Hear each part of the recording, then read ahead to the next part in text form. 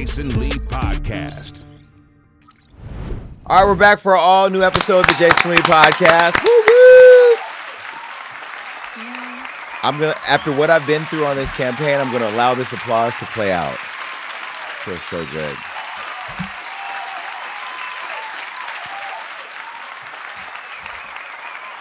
Wow, that's a longer applause than I thought it was. Okay, it's so good to be back. I'm on this campaign vowing to become the councilman-elect of Stockton, California.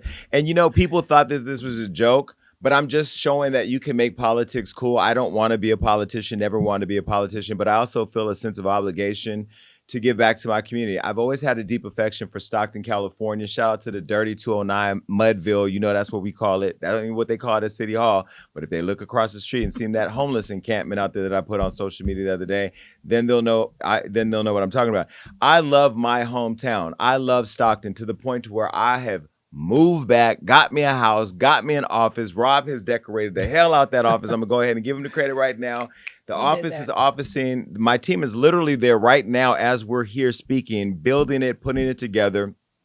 And I'm just so excited about what's happening. I mean, young people are involved with my campaign, older people, every ethnic group. Yesterday, I went and did a community forum with the League of Women Voters, and there was the political science majors from the college in the room. They all want to now join my campaign because they love how we're getting younger people activated. What I love the most is that Black and brown people are starting to realize how important government is and seeing all the type of people that are leading them in their children's lives. And they're like, yo, this is what's happening. And I really feel like if you go all the way back to slavery, this is why they kept books away from us, because an educated Negro is a powerful thing. And people are seeing the more that they get involved with the campaign and they see how decisions are being made and the way that they're being dismissed and their interests and then their dreams. And on top of that, just their everyday lived experience in Stockton. I mean, this past weekend, about a weekend ago, we flew in.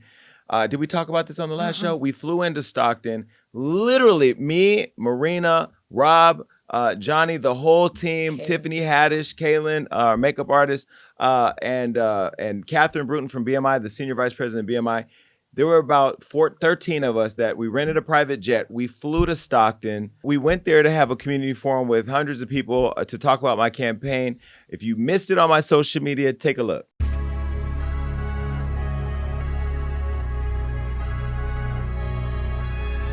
We are getting ready to go to Stockton. We couldn't find flights to get there commercially, so we just, we had to get there. Today is my community conversation, laying out my platform, my commitment to the community. You talk about doing the real work. That's what we're here to do. Even on Grammy weekend, get into it. We ain't just bringing friends, we bring people that actually believe in the work.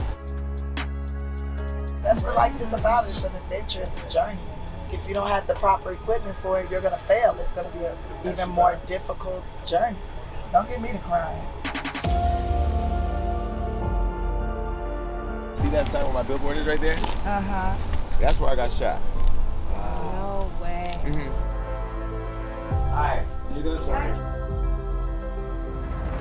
Have I hear anybody say, go Jason? Go Jason. Girls, come here, come sign in. You know what we came to do it for? I think we're ready. Father, we pray now for Mr. Lee and his team. And Father, everything that he has plans for this city, God, we shall be victorious in it.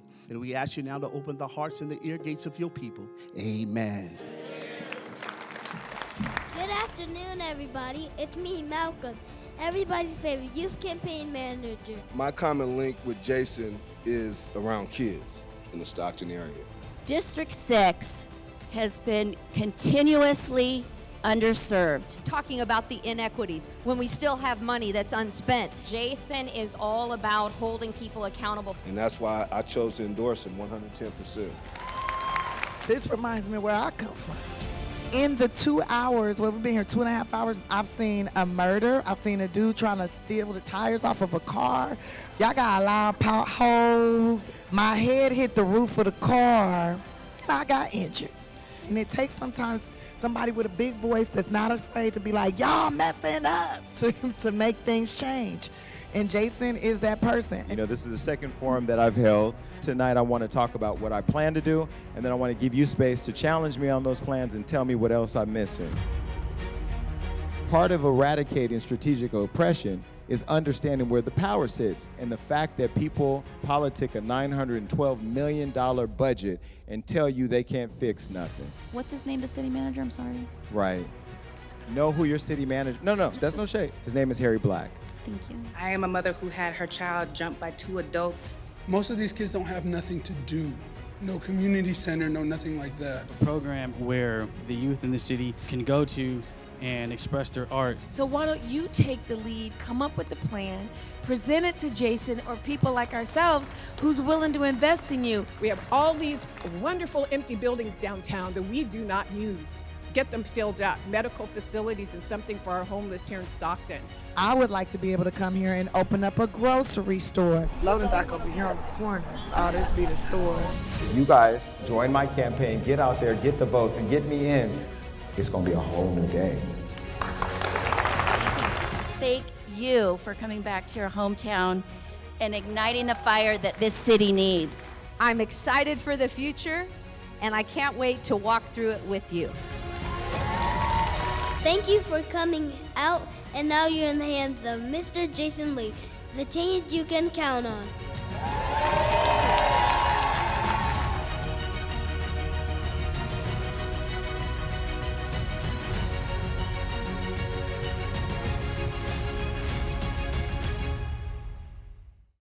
I mean, how amazing was that experience? I mean, you've been to Stockton, you're a Stocktonian now, pretty much. What did you think about the experience?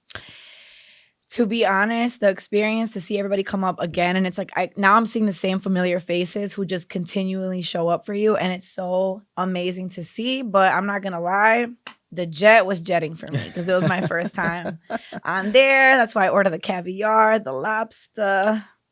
Jason was like, who the hell ordered lobster on this plane that's only 45 minutes long? Well, the lobster would have been okay if we were traveling to New York City. I mean, shout out to the flight attendant. We had one flight attendant for 13 or 14 people, and she did a phenomenal job. But trying to serve champagne, serve drinks, you were getting your hair curled because you were going to the Clive Davis party when we landed. You were putting makeup on. Shout out to Kaylin. I don't know who the hell she turned into that night. Kaylin was standing up the whole flight working literally until we landed.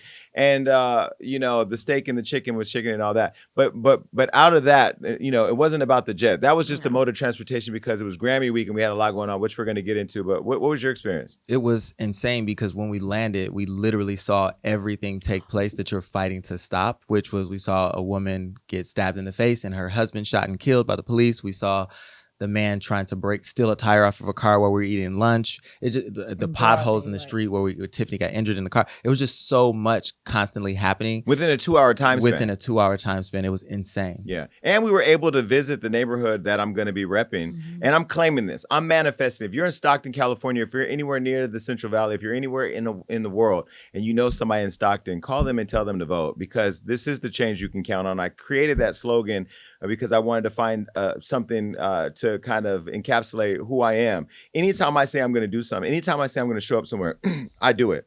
My people will tell you, not because they work with me.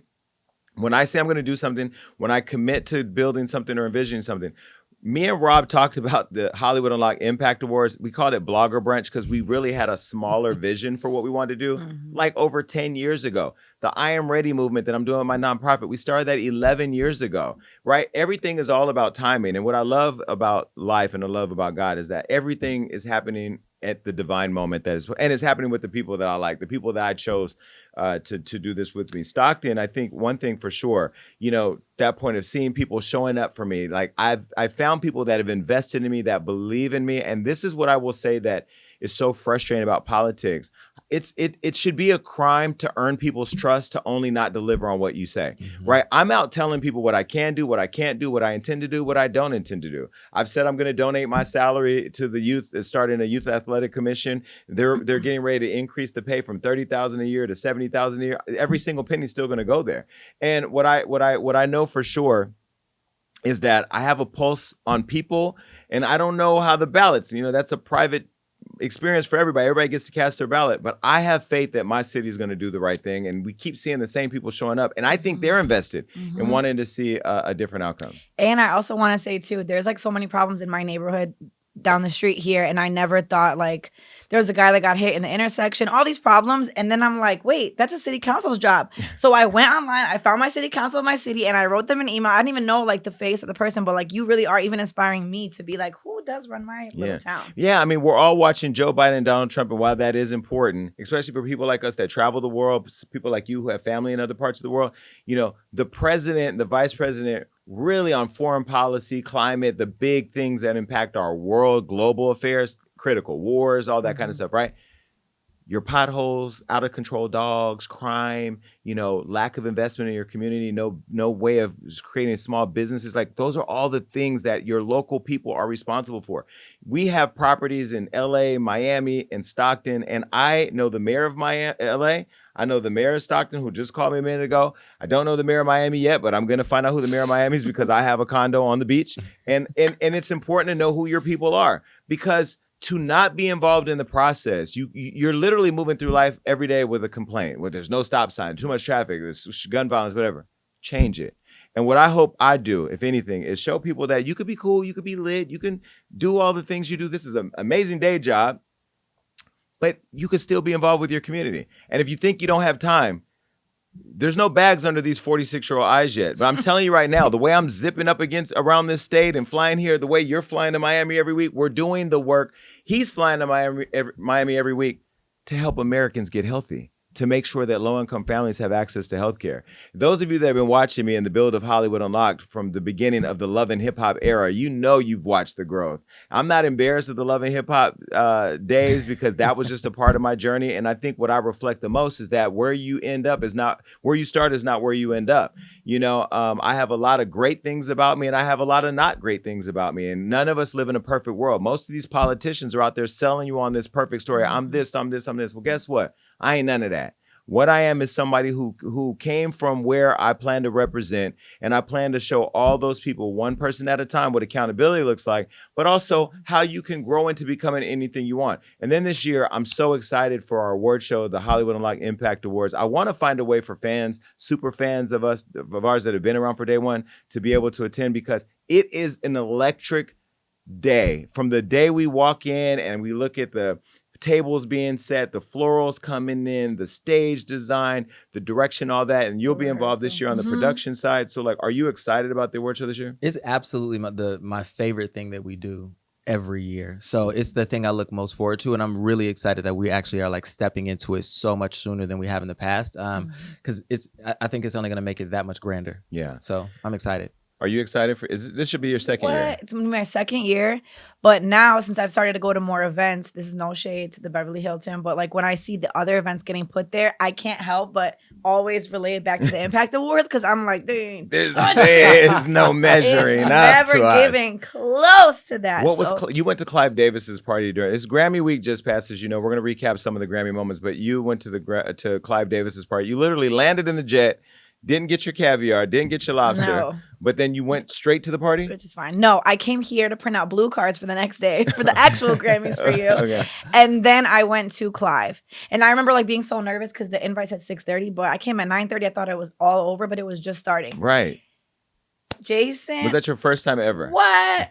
Yes. And I'm like, what is my life? But like, Serena Williams was there. She told me to tell you hi. Hey, Serena. She introduced Green Day. They didn't perform their album in 20 years. They were performing it. Who else was there? Cher was there. Tom Hanks was there. Meryl Streep was there. Meryl, did you talk to Meryl? No. You didn't catch her walking to the bathroom?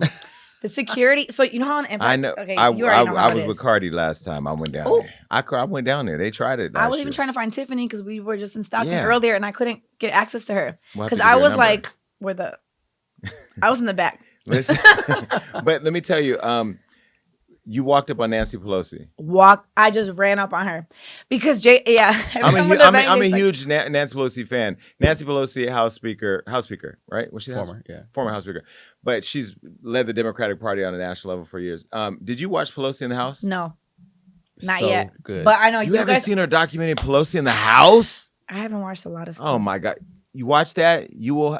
we already respect Nancy, but like when you watch that, you like, yo, Nancy was a gangster. Yep. Okay. And her man, Nancy Pelosi's man, was right there holding his woman Who they down. broke in his house and hit him with a hammer. Crazy. This is why, even though I'm a little city council member elect, soon to be, I have my armed security on. We on deck because they kill people who change laws. And when you're running a $1 billion budget, which is what a city council member in Stockton would be doing, people, you never know what people's intentions are. But what I let them know, I'm a gun carrying, gun license, CCW. Don't walk up too fast. You might get clipped because I'm going to make it home every night. And shout out to my security team and all the team that's been there. All right. I have to say, thank you to Clive Davis and his team for allowing us to attend. I didn't go, but Marina did go. And I'm glad that you had a chance to attend and enjoy yourself. Kiki ran up on me. She said hi. Like, yeah, she ran up to Kiki. me. Yeah. And then I tell you this one thing because I was gagging and all of us there were like, oh my God, Ice Spice performed. You know, she never pops out. She was twerking in this like loose dress. And then Clive Davis, bless his heart, I don't know how old he is, but he came up in the mic and was like, all right, let's move on. Right after he shaded Ice Spice. Clive, yes. Well, Ice Spice walked. We're gonna recap the Grammy carpet. Everybody that's followed my career knows that I don't host red carpets, and the reason why I don't host red carpets is because I will not be able to handle people walking by me, looking me in my beautiful hazel God-created eyes, and denying me the privilege of having a conversation. I also am not going to be the guy that says, hi, so exactly what are you wearing today? You look phenomenal. No, we're going to have a conversation. We're going to have a moment. Because if I can't catch you at the Jason Lee show, I'm going to give you a little appetizer on the red carpet. I have to say, major shout out to the Recording Academy, because I'm telling you, what my legacy will be when it is done is that I am a fearless person when it comes to moving an agenda. When I started Hollywood Unlocked and my writers would go out to red carpets, they would be treated so disrespectfully by the entertainment community, publicists and different media brands that wouldn't give us the respect on the carpet. There was this whole evidence-based approach of filming how they were segregating the red carpet, pulling Black journalists and Black-owned media at the far end of the carpet, where celebrities had red carpet fatigue. By the time they got to them, they wouldn't give us any moment. And then we were just going out there for no reason. And so we then started filming people. We started filming us interview people on the carpet to catch the shade behind the scenes, people walking by us. And as you know, if you've been watching, we started calling celebrities out. I went on The Breakfast Club, had a whole conversation about it, and I slammed the NAACP Awards, which, by the way, we still haven't been invited back, but that's okay because I don't need to be around a bunch of uptight, uppity Negroes who think that they're better than everybody else. And honestly, I'm doing damn good all by myself. I got my own show. But when I look at how things have progressed with the Recording Academy, and we're going to talk about Jay-Z and everything he said, we are the evidence that if you keep fighting and if you keep an open mind, you can find a solution. I became a champion for all of Black media to be able to be treated with respect and fairness on the red carpet. And this year, and a few years ago, I became a member of the Recording Academy on the professional side. And we've been going to the Grammys. But this year, we built out our own set right there on the Grammy red carpet, right next to Billboard and People, right between People and Billboard. What I loved about it is we weren't at the end of all white media. We weren't at the beginning. We were right in the mix of it. And I have to give a major shout out to Harvey Mason, the CEO of the Recording Academy, who I did interview on the red carpet. I'll show you about that in a minute. Also to Andy Cox, specifically to Andy Cox, who runs the communications over there for the Recording Academy, who we can text, we get on a call, we talk, we go through, other people who should be on the carpet because it ain't just all about me. And Andy has done a phenomenal job with her team, making sure that they ask me my ideas, they ask me my input on stuff. And, I'm not in any official capacity over there, but I would if they had the budget. To consult them, but I think they're moving in a great space. And shout out to Ryan Butler with the Black Music Collective. Before we get into the Grammy red carpet, you and I went to the Black Music Collective, and that party by my friend Ryan Butler, who is Senior Vice President of DEI over at the Recording Academy, he set that up for us to be able to honor the culture. This year, they honored Mariah Carey, Lenny Kravitz, and a host of other people. That was your first time going to that. By the way, shout out to Steve Harvey and Kelly Clarkson for not really valuing Marina because we were able to take her from you. When you have talent like this in the building, you should invest in it because I'm putting her in all the rooms she should have been in. She already met the president. At this point, ain't nothing y'all could do. All right. So You took all the thoughts I've ever thought. I don't want you to get in trouble with them people. All right. So Black Music Collective, what was your experience with that? First of all, we were at the table with the White House and Candi Burruss. It was a gag. I've never seen Mariah in real life. She doesn't walk. She floats to her seat, her light. I think we talked about the last podcast too, but it was everything that I needed to give. Yeah. But with you there, it's really interesting. I've never really seen you as a guest. I have in other places, but whenever we're going somewhere, you never really enjoy the space. You're constantly like, come to the show. Marina, talk to them. And everyone's coming up to Jason like, congrats on Stockton, congrats on the show. I could look in your eyes and realize that you didn't really understand how amazing and iconic I am. But it's okay. But you work. You don't like no, I'm saying no, yes, you are iconic, but you don't like let it simmer and like take the day off and like just drink and just have fun. You're constantly like thinking. Let me get your number. Like, when are you coming to the show? Yeah. And everyone loved you. Yeah. Well, we brought this up the last podcast, but we didn't have this clip. There was a moment, an iconic moment where I ran into Andra Day, who I love to death. As you know, Andra's everything. I remember her from the R&B Live days, and now she's a Golden Globe winner. And I ran into her right after speaking to Jordan Sparks,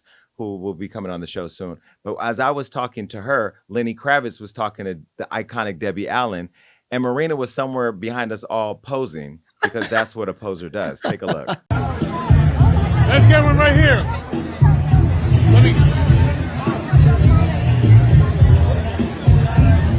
Right here, let me get the two of you. Right over here. What's over here? Lenny, right here. Let me get the two of you right here, Lenny. Let me get the two of you right here.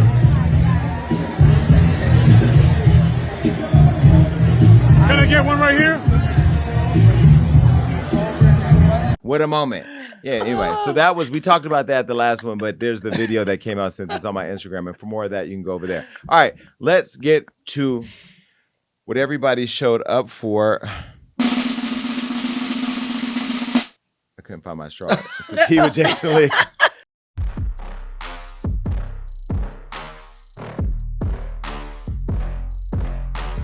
We made it on the red carpet of the Grammy. Oh my God!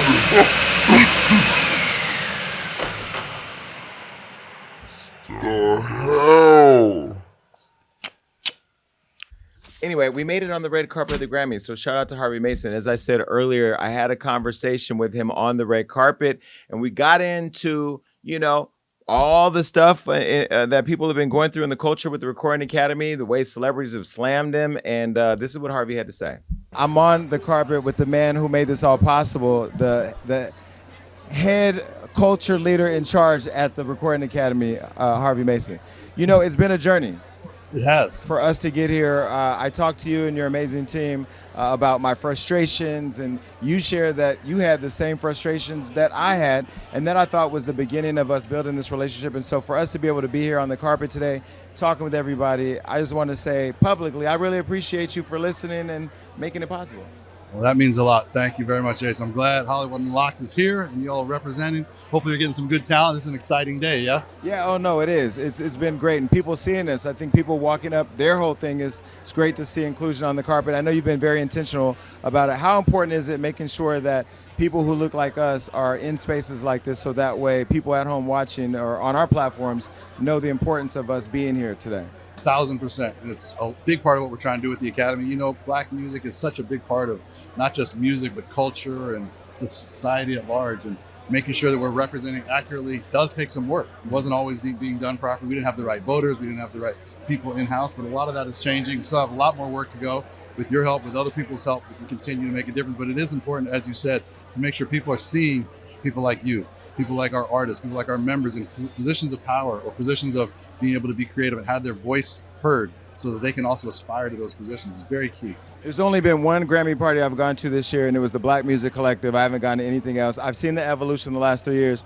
This year, it was amazing. And who you all have selected, I was in the room a little annoyed because the people that you honored this year were people I was thinking of honoring at my own show. Which means we got to coordinate. Which means your finger's literally on the pulse of like who should be honored. How important is it, the Black Music Collective, acknowledging the work that trailblazers in Black music have provided to the culture? It's exactly the goal. It's to try and acknowledge, highlight, and lift Lenny Kravitz, and he's been doing it for a long time. Whitney, no brainer. But these are people that are so important to the culture, important to really the world with their music, with their art. How do we get Drake and others who have criticized the Recording Academy back to the table to understand the work that you're doing? Because I see it, even if they may not see it. How do we get them back to the table? Well, first we have to explain and point out that the Academy is more than just the Grammys. I know the Grammys are very important. Everyone wants to win them, but the Grammys allows us to do the work we do for the community, for the music industry, the advocacy, the music cares, the education, the museum. All those things are funded by the Grammys. So when people are upset about the awards or are mad at a nomination, it hurts our community, it hurts our Academy, and really ultimately hurts our industry. So my hope is we can gain the trust back of a lot of artists that have felt disenfranchised or displeased over the years. And I feel like when we have somebody that looks like us at the helm of it, we got to pull up. Thank you.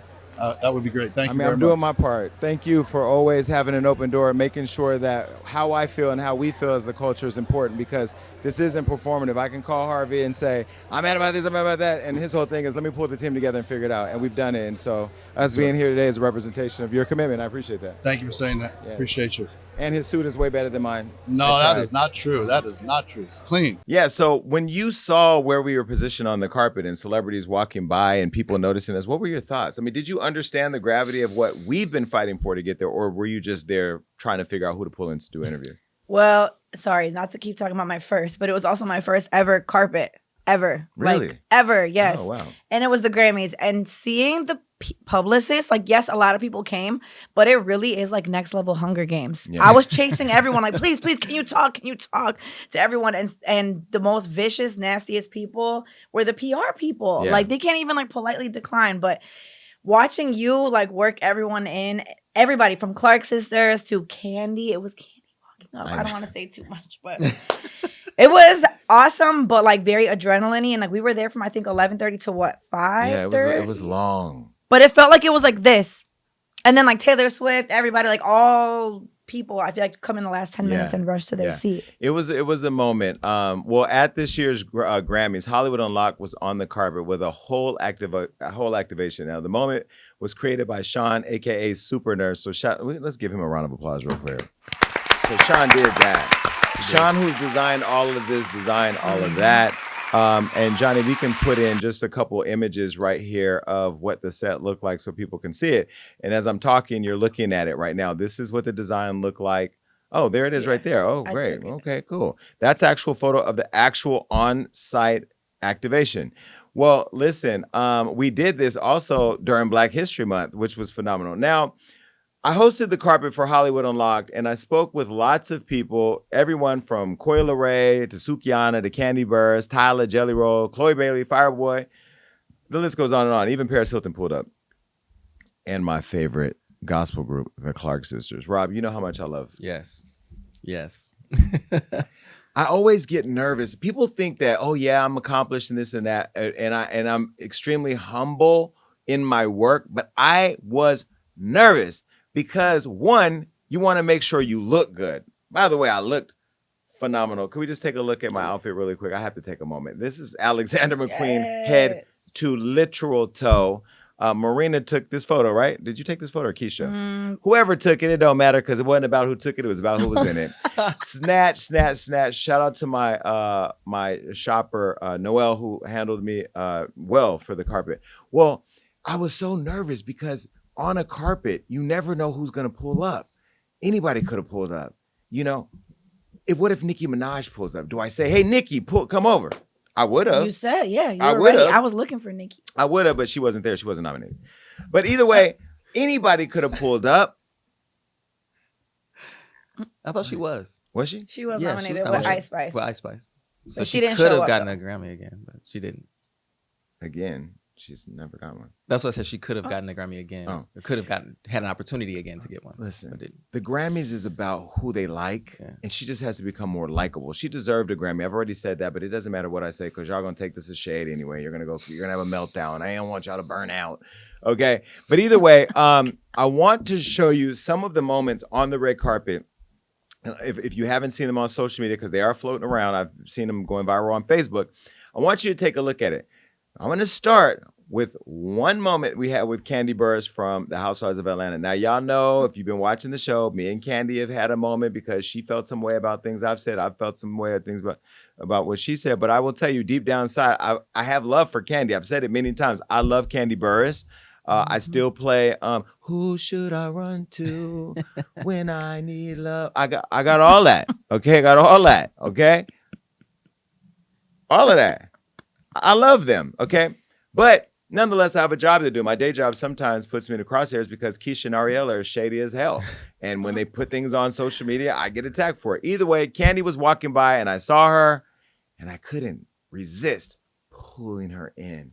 I think it was the outfit that did it, but this is what happened. Take a look. Already told me that, well, first of all, we already know you're a boss. We know that you've had money forever. Even when some of us were struggling eating government cheese, Candi was eating nicely. Okay, I heard that you were one of the few people that's been re-signed to the Housewives of Atlanta. That's what I heard. Now I'm in the streets. Am I right or wrong?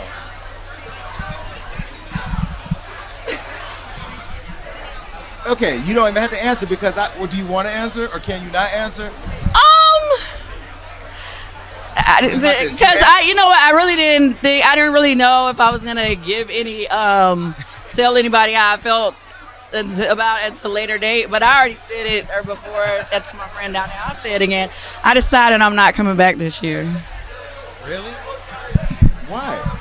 Well, I mean, I've been doing it for 14 years, and I have a lot of things that I got going on this year, that big announcements to make soon, and I just said I wasn't coming back. They did ask me to come back, but obviously, when you talk about with negotiations, we didn't necessarily have on the same page, and so I just was like, you know what, I'm just gonna take my move, my break. But you've been one of the few on the franchise that's given them so many other shows too. Yeah, no, we're still gonna be working together. We got some other things coming. Okay. So you just I'm still a part of show.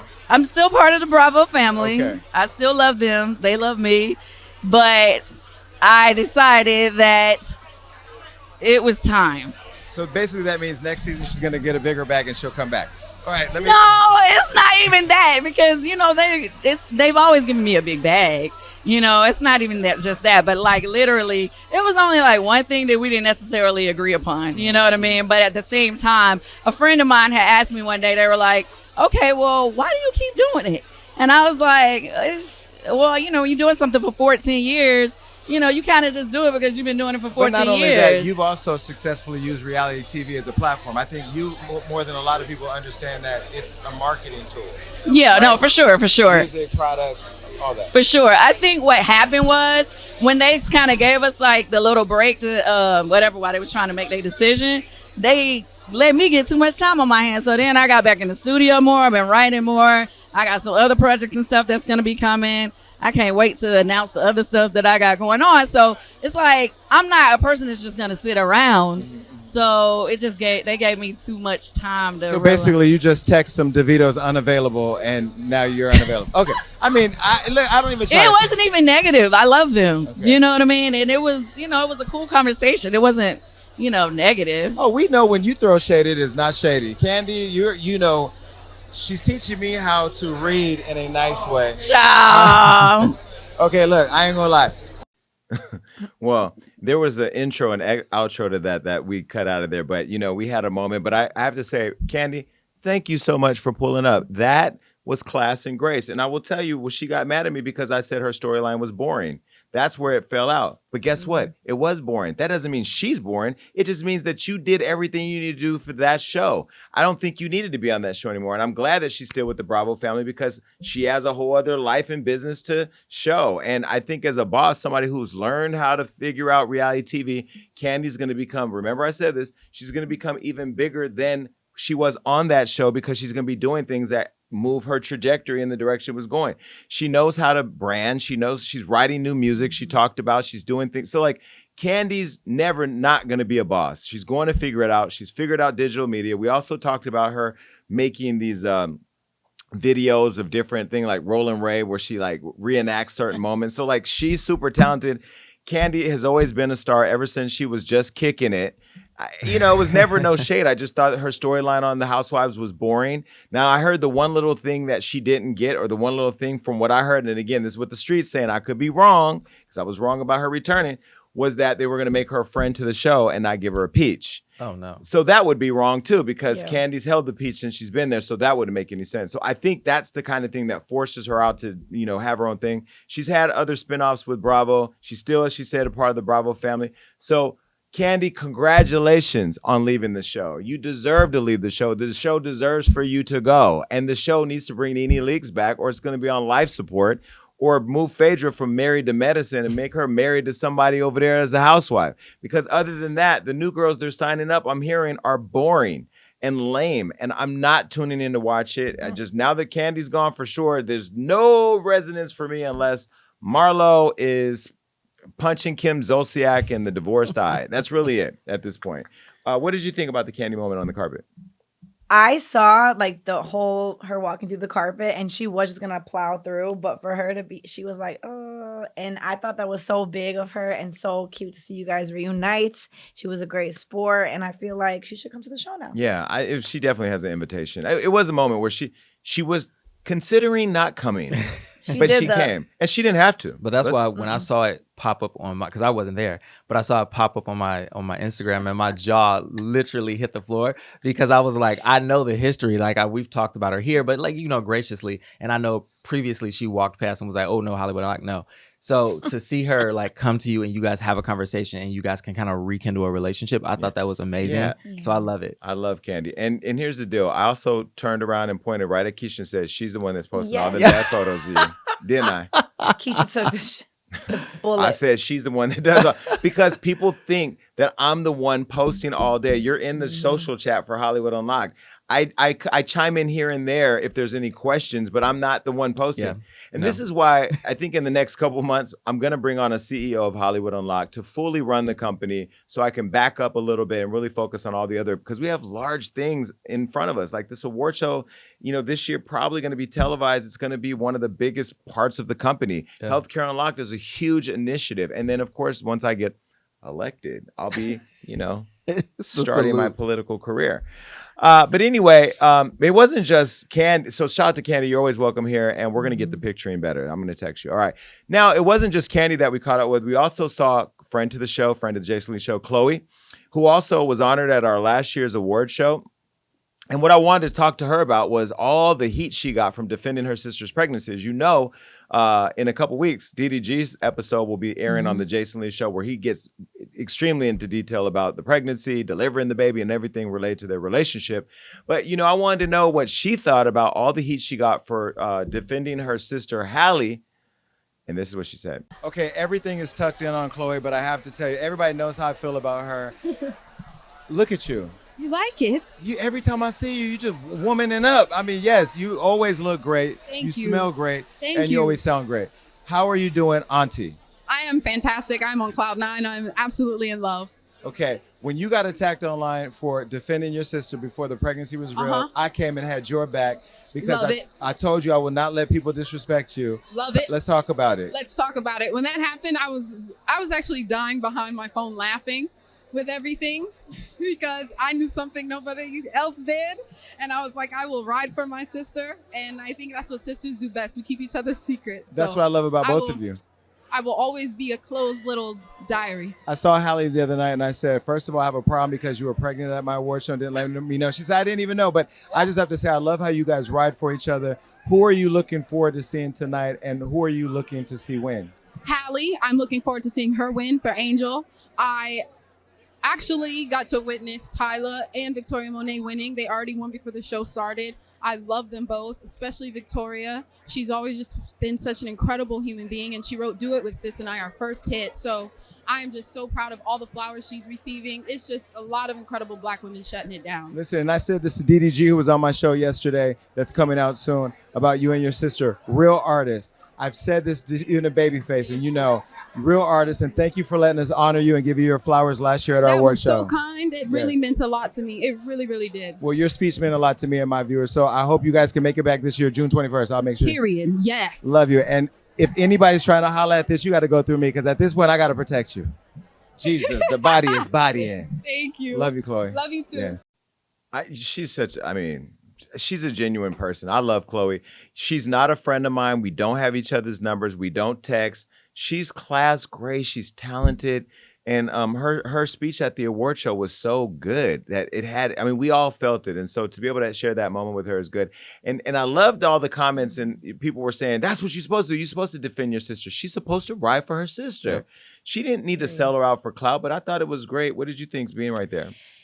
I could barely pay attention to what you guys were saying because the body was given. Front to back. I was like, oh, I gotta go put in more work at LA Fitness, Lord. But the hair, Chloe, and she just, like you said, just exudes like just sunshine. Like she and Halle, I feel like just are so beautiful. But it was so cute. And the crazy part to me is like the things that this woman has been attacked for is always like her being positive. She's too sexy. She embraces her sexuality and her body too much. She ain't hood enough. Why is she ain't a rapper? That's so crazy to me. Yeah. And then she's just this ray of sunshine, like you said. She's just always so kind and so beautiful. And they were saying, her hair's too big. That's the hair Beyonce used to give when Beyonce was Beyonceing. Okay, it is now. She got the bone straight white hair. I don't know what's going on, but shout out to her. But I thought that she looks great. She's always so positive. She's so talented. I mean, there's nothing negative I could say about her.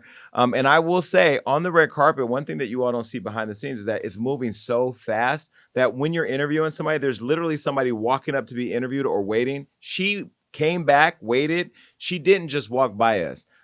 The reason why I want to point that out is there were people that walked by us. And I ain't going to throw no shade, but there were people that walked by us and they acted like they didn't see us, and some of their publicists. The real problem on the carpet now is publicists. And I'm going to start taking your videos. And when I do the next carpet, I'm going to have publicity punch, where we just take them and make, you know what I mean? Like, we're going to highlight these bad publicists. Yeah, why not? Because you guys are the new gatekeeper, okay? Nasty bitches over there. Nasty. Dua Lipa's. But we gonna hold it. Oh yeah, we got you, girl. Billie Eilish. Google her.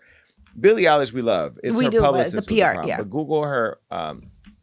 PR's name. Here's why I'm not gonna blame Billie Eilish, because Dua Lipa's person intentionally didn't bring her there. Told her she wasn't doing any more interviews. Skipped us and went to the other white people. Correct. That's the one. But Billie, they literally, when she was done with Billboard, she just went going on. And when I was, let's hold on to that. Let's hold that thought. Let me start back. Okay, so now we also talked to a new artist, who was also a new Grammy Award winner, Tyla.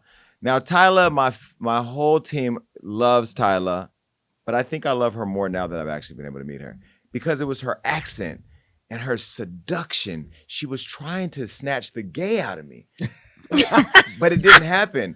I got to Tyla and I asked her about these rumors, because everybody said that she was dating Chris Brown, and I know that nobody else had the courage to ask her. And I'm Hollywood Unlocked's Jason Lee, city council member to be, and I did. Take a look. I'm standing next to a Grammy winner who smells phenomenal. Oh, yes. You smell good. Thank you. And you look great. Thank you. Okay, so you're walking down the carpet and you know everybody's looking at you. How does that feel?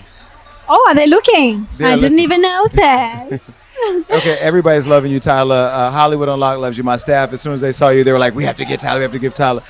I love the song. If you do a remix, I don't have any talent. Can I jump on it? I've been waiting for you though. Really? Yeah, we've been emailing you. You're not even answering. Like, we need you for this remix, please. What is this accent that you're giving? South Africa. Really? Mm-hmm. Beautiful. Are you single? Very single. Why is the internet trying to say you with somebody? Is that just now that's guys. Now that you know you're famous, is because now you're just linked to anybody? Guys, anyone I'm seen with, I'm dating that person. I don't know why, but I'm very single. Well, good. Okay, so now that you're a Grammy winner, how does it feel? Do you feel any different now than you felt before you got here? Definitely. Really? I'm feeling like a Grammy winner right now. Really? Yeah. And you're nominated for one more? No, I won my nomination. So you were nominated for one and you won, so you're one for one. 1 for 1. Okay, so what has been your journey getting here? And I'm going to save all the questions I want for my show, because I want to invite you on the Jason Lee Show whenever you want. How has the journey been for you getting to the Grammys today and now being a Grammy winner? How was the journey? Yes. It was hectic. Yo, I'm not gonna lie, it was hectic. I changed my hair like 5 times. Like, it was a lot. It's raining. So it's a lot, but I'm happy to be here. Yes. So happy. Okay, so the last question. SZA, she's nominated for 9 Grammys tonight. Are you excited for her? And should she win Album of the Year? Very excited for her. I love her. And I don't know who's going to win. Whoever wins is deserving. Everyone nominated is deserving. So hopefully she wins, though. Okay, well, But I we'll love see. you. I love your outfit. Thank you. I'm gay, so I can say this. I love her body. Ooh. And you're welcome to come on the show anytime you want. And I hope you win more Grammys and continue to have an amazing career. Thank you. Yes. So nice to meet you. Nice to meet you too. That girl right there, remember I tell you this, I'm not just saying this, something special about her. Her swag, what you couldn't see is she had these beautiful diamond encrusted teeth grills, so much class. I saw a picture of her parents, her and her parents together. The parents look good. Mom and dad look good. They came together. Her first year out of doing music, I think she now has won a Grammy. I mean, it's really redefining a lot of these younger people who want to follow their dreams, where parents are very traditional and don't believe in them or may want them to do something different, just, you know, support their kid. And now look at her. But I love how articulate she was. She's media trained. She's still cool and swagged out, pretty, smell good. Her accent, the South African accent, her skin, everything about her I like. And now I know why my team was like, you got to get Tyla. Were you telling me? You got to get Tyla. You got to get Tyla. And I'm like, yo, I'm 46. I just know Sade. She was kind of giving me a little Sade. I like Tyla. I look forward to her coming on the show. I am obsessed with this woman. That's why I keep pitching her like crazy. I'm like, got to bring Tyla on. That song, I mean, that song in itself is just like, I can't stop playing it, and I'm avoiding trying to do that water dance everywhere because I don't want you to be like, you're not allowed gay. to do a water dance. But I'm obsessed with it. I'm obsessed with her. I'm obsessed with the song, and I just love her journey and her story. So I'm just excited for her to come on the show. I'm so happy she came. Shout out to Ayana, her rep. I'm going to be emailing you again because we just need to get her real bad. But she was so cute. Yeah. No, she was great. Tyla, now, you are Chris Brown's type, so I don't care what y'all say. Yeah. Maybe in your mind you had to clear up the rumors, but if Chris Brown, I know he looking at you. If he ain't slid or text you, if we see y'all out together again, I don't know. The rumor's gonna be rumoring because although you shot him down now, you are his type. Okay, you are his type. All right. Well, either way, congrats on your Grammy win. You're a Grammy Award winner now. Let me give you a round of applause. And Rob is forbidden from doing that damn thing. Now everybody that knows the history between Coi Leray and the Jason Lee show and me and Coi going back and forth and all of the stuff that's gone on, I've always still kept an affection for her. And I know now for sure that she loves me because we had a moment on the red carpet where she was walking. She actually walked by, saw us and came back. And Coi stopped by to talk about, you know, what people have to say about her online. And we had a moment. Take a look. Don't start me on the red carpet. We are on the red carpet and I look really nice. You are a gangster. You think I'm going to try you? We haven't ran each other. This is the first time we ran into each other. Anything could happen at this moment. First of all, I'm going to tell you what I just told somebody the other day. I love this haircut. Thank you. You've been looking, I mean, you've always been about fashion. Go ahead and do a twirl real quick. Okay, body's body. You look great. Yes, thank you. Loved your interview that you did with Angie Martinez, and I love that you're just now standing on business. How hard is it now that you are a superstar to deal with putting yourself out there to be vulnerable and then social media reacts? I feel like I've been dealing with social media for a very long time. I kind of got used to it. And yeah, that's really what it is. You kind of look at it like you really never ran into nobody in person that has that energy ever. And I feel like every artist can say the same thing. Like you never run into them. Meaning like someone saying, Coi, your body, you know, it's always, hey, Coi, I love you because I'm a good person. I feel like energy, like someone who could feel energy, which is most human bodies, they gonna feel my energy.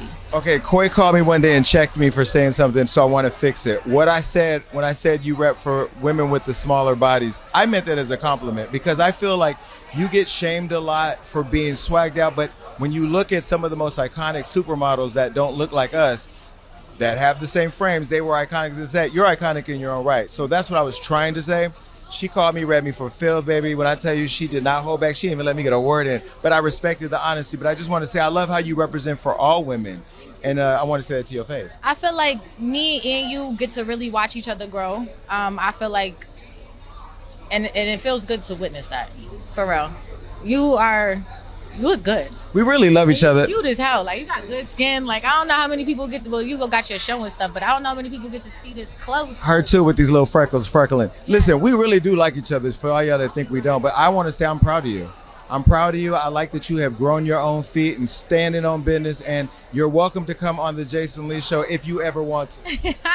Okay, we'll talk Baby about steps, it. baby steps. Baby steps. Congratulations on just being amazing and continue to kill it. Mwah. Bye, Hollywood. I love y'all. Yeah, one thing for sure, Coi was happy that day and she was being celebrated. She walked down the carpet. Shout out to you, Coi, and thanks for stopping by. It was a good moment. It was good. So that's the best she's ever looked. She looks so good. I think she's found her like energy. Like, she looked great. Yeah. My fans have told me I have to stop standing on business. They are tired of that. They are tired of me saying it. They are tired of hearing the quote. I heard it somewhere, and as an old person, I just pick it up and just keep it going. It was King Harris. Well, I'm standing on business. Standing on business. Okay, I'm standing on business. Shout out to King Harris. It wasn't all of those cute little moments that I had on the carpet, though, that caught everybody's attention. It was the viral moments of Killer Mike getting arrested or detained. Now, he won 3 awards and then exited the stage in handcuffs. Take a look.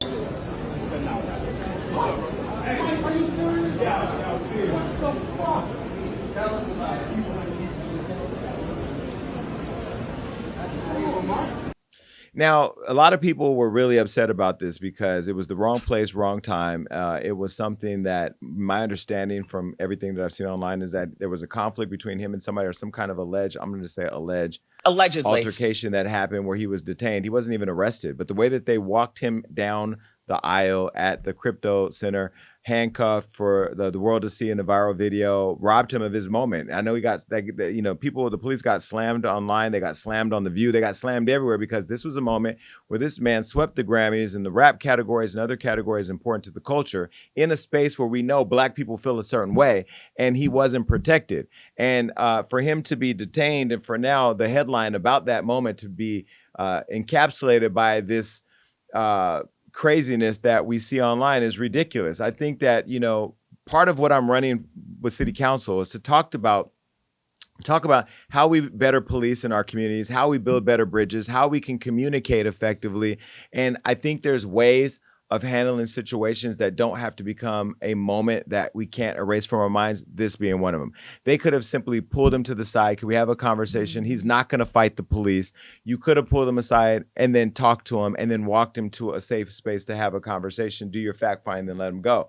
But to treat him like a criminal and to now make a bad representation for the LAPD and the city of Los Angeles and the Recording Academy doesn't really help anything. And Killer Mike is still a winner. And so Killer Mike, this is what makes it even worse. Killer Mike is not just a rapper. This is somebody who actually puts on for his city, who does a lot of work with the mayor of Atlanta and the community of Atlanta. He gives back to his community. He's an entrepreneur. He's more than a rapper. Not that that's not enough, but I just feel like you try to embarrass this Black man in a moment where he should be celebrated. And that's why we're going to celebrate you here by giving you a round of applause for sweeping the Grammys. And I've been watching Killer Mike do what I'm now starting to do. Killer Mike's been using his career to fuel his platform to put on for his community. And he's inspired people like me, and I don't even know the guy. I watch him through Charlemagne and the Breakfast Club. I watch him through his social media. And every time I see Killer Mike, he's actually spitting knowledge and educating Black and brown people about the injustices that we see all day. So we need to speak his name today and speak about the injustice that he endured. People have to understand, I don't have nothing against police, right? Because when I got shot, I called 911 like most people do. When my brother died, I did the same. But policing comes from a place that we all have to be honest about. And we have to go back to slavery, Jim Crow, slave catchers is what police used to be. And so if you look at communities of color and how people are treated, gunned down, unarmed, and jailed sometimes for no reason, in this case, detained improperly, in my opinion, for no reason, it's not a hard conclusion to draw that we still haven't come that far. So I hope that Killer Mike has found an opportunity to celebrate the wins that he so deserved. And I hope that people that are watching what he's done, realizing that as much impact as he's having in his community, to some people, he's still just a nigga. And although we know that he's more to us in the culture and he's more to his community than what the LAPD reduced him to on that day, I would hope that the Grammys would take stock of what happened and step up and right the wrong. When you saw it, what did you think? it's insulting, and it's like, read the room. Like, there was no reason for him to be handcuffed, and if he needed to be detained, or you wanted to have a conversation about the circumstance that happened, like there should have been some kind of decorum in how that happened, because like walking him through the space in handcuffs and embarrassing this man and like putting him on this on a global stage to look like a criminal is just ridiculous. Right. And I feel like one of my best friends, Caesar, has pre-interviewed everybody. He now works on Kelly Clarkson's show, but he's told me months ago his favorite person he's ever interviewed for a pre-interview was Killer Mike, always. So it just breaks my heart that like he had all these wins and then they just dragged him out like he was not shit. And fun fact, not in the same way, but the security was not playing because I was trying to get in and they like grabbed me too and kicked me out. I was trying to go into the show with Keisha. Well, what people were saying was that he ran into an overzealous security person who took their job way too serious.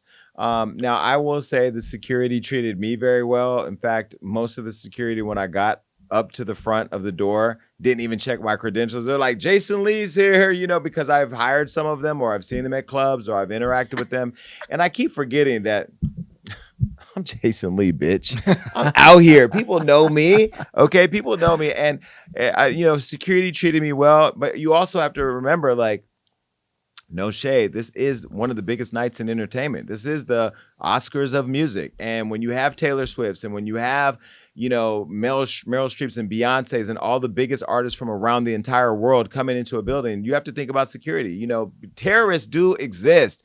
I remember years ago when they were talking about bombing the Oscars. You remember that? When they were talking about blowing up the Oscars and people, it was intense in Hollywood where the perimeter was longer. You had dogs everywhere. You had the bomb squads. You had, so when you think about it, Beyonce being in the building is one thing, but Beyonce and every other major artist in the world. So security has a job to do. I'm not going to bash security. We had credentialing issues where we didn't have two people on our team that had credentials. Shout out to Andy and her team and the Grammys. The Recording Academy, they worked it out and our people got in. So I don't really know what all went down. Right now it's he say, she say, but we have a video.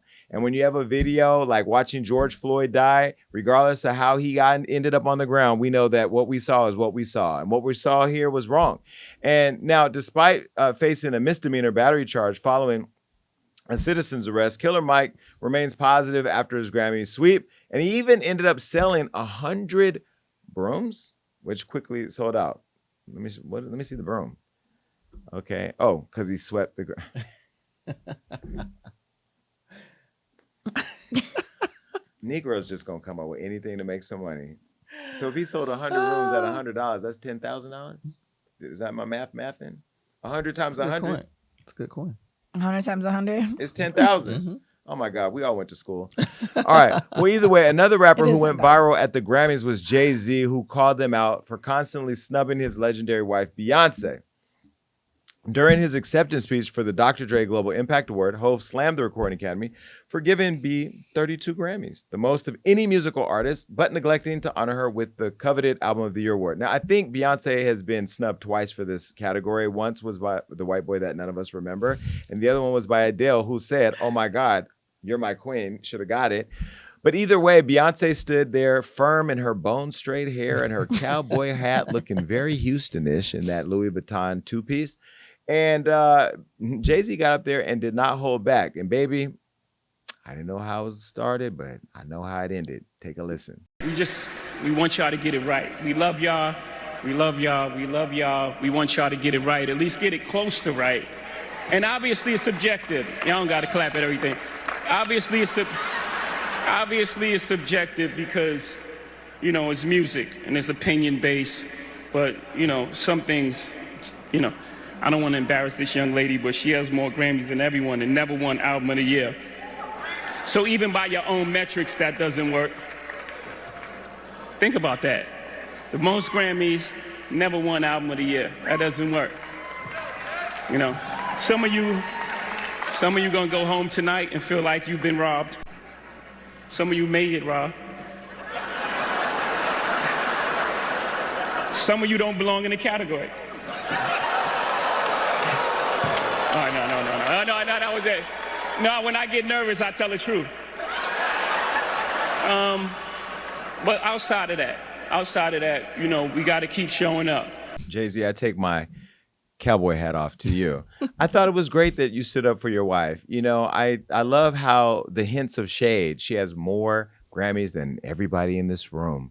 And Beyonce stood there looking like Beyonce. She doesn't really give you anything. She doesn't react to anything. She stood there the same way she stood when Solange kicked you in the elevator. What I love about Beyonce is that she didn't take that moment from you. She sat there as you celebrated her, as you were supposed to. And Jay-Z has been a phenomenal man when it comes to his wife and the culture. You know, I criticized him when he did the NFL deal. Not that anybody cared. It was just my opinion because, you know, Colin Kaepernick is still out there, you know, hoping and praying that he get on the team.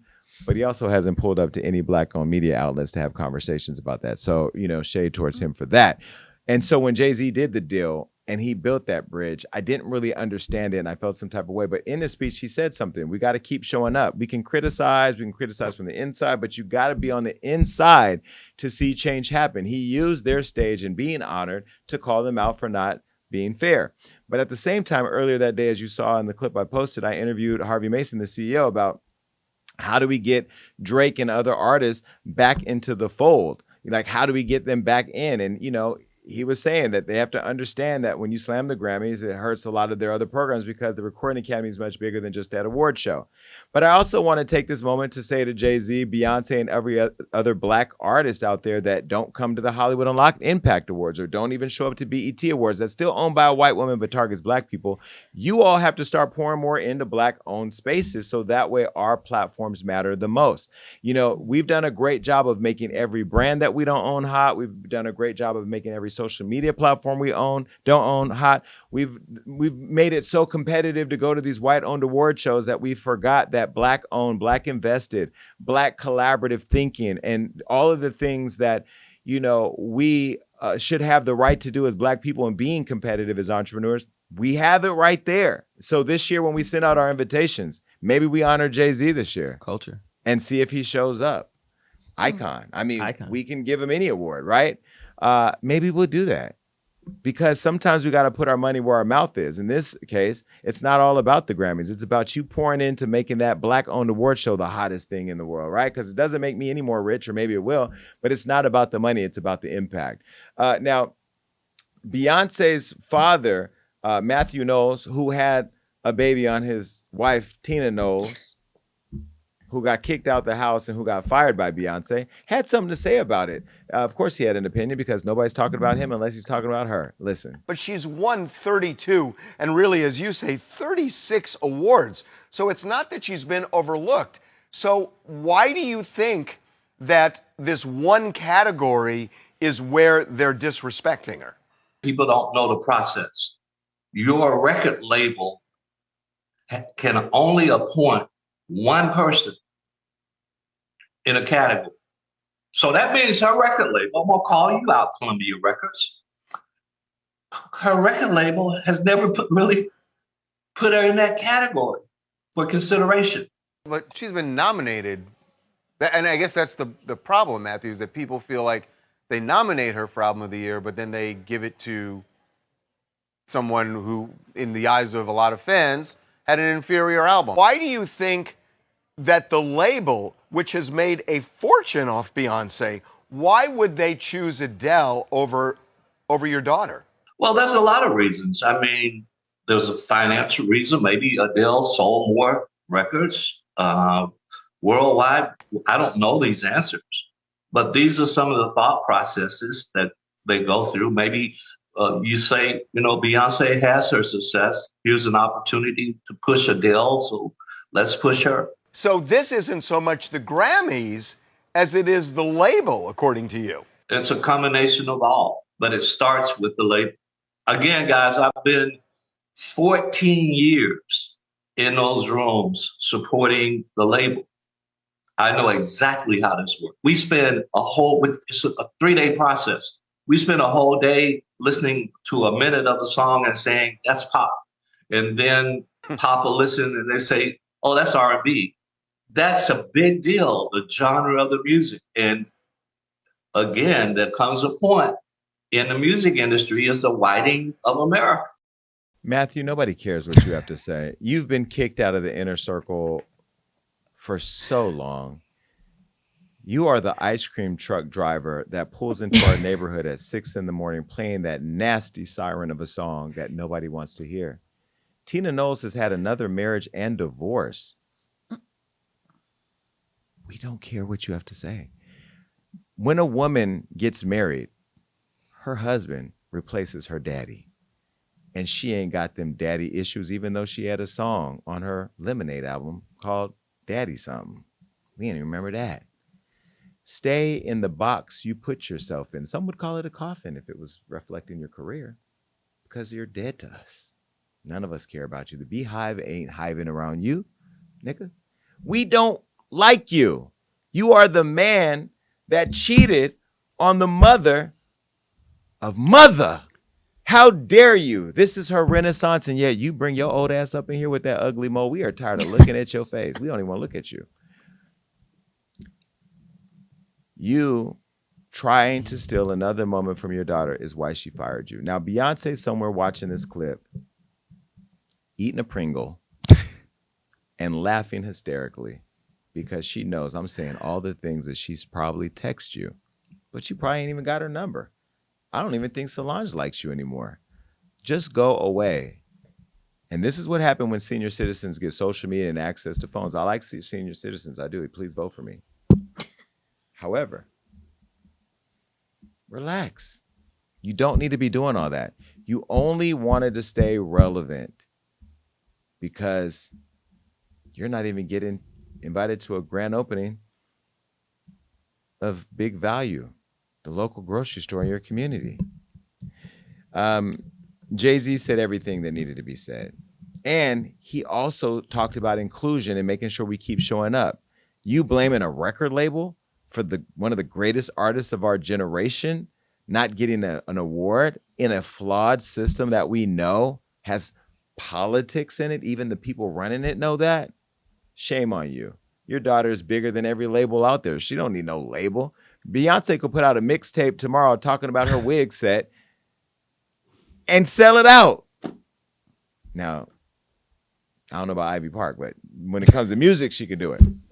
What did you think listening to Matthew Mind Your Damn Business Knowles? I mean, I just think that interview was unnecessary because Jay-Z said what he said and it was perfect.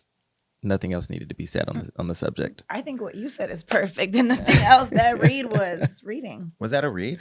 Mm-hmm. It was a read. I thought it was rational. Rationale. A rational read. It was a read. Yeah, well, I still have a day job to do. And as a city council member, I may read one of my colleagues one day. Mm-hmm. I may read somebody that needs to be read. You already did with a video. Talking about the slumlord? Yeah. You're going to jail. Well, either way, speaking of album of the year, Taylor Swift ended up taking it home.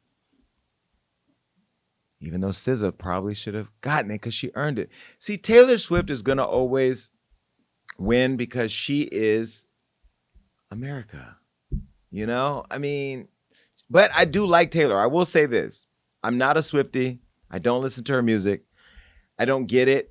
But I do love her and respect what she represents. I was on my way to LA early this morning, scrolling on social media, and I did see a clip of Taylor moments of when she's acknowledged other women or young girls. I mean, so she is a go girl kind of girl, and so I love her for that.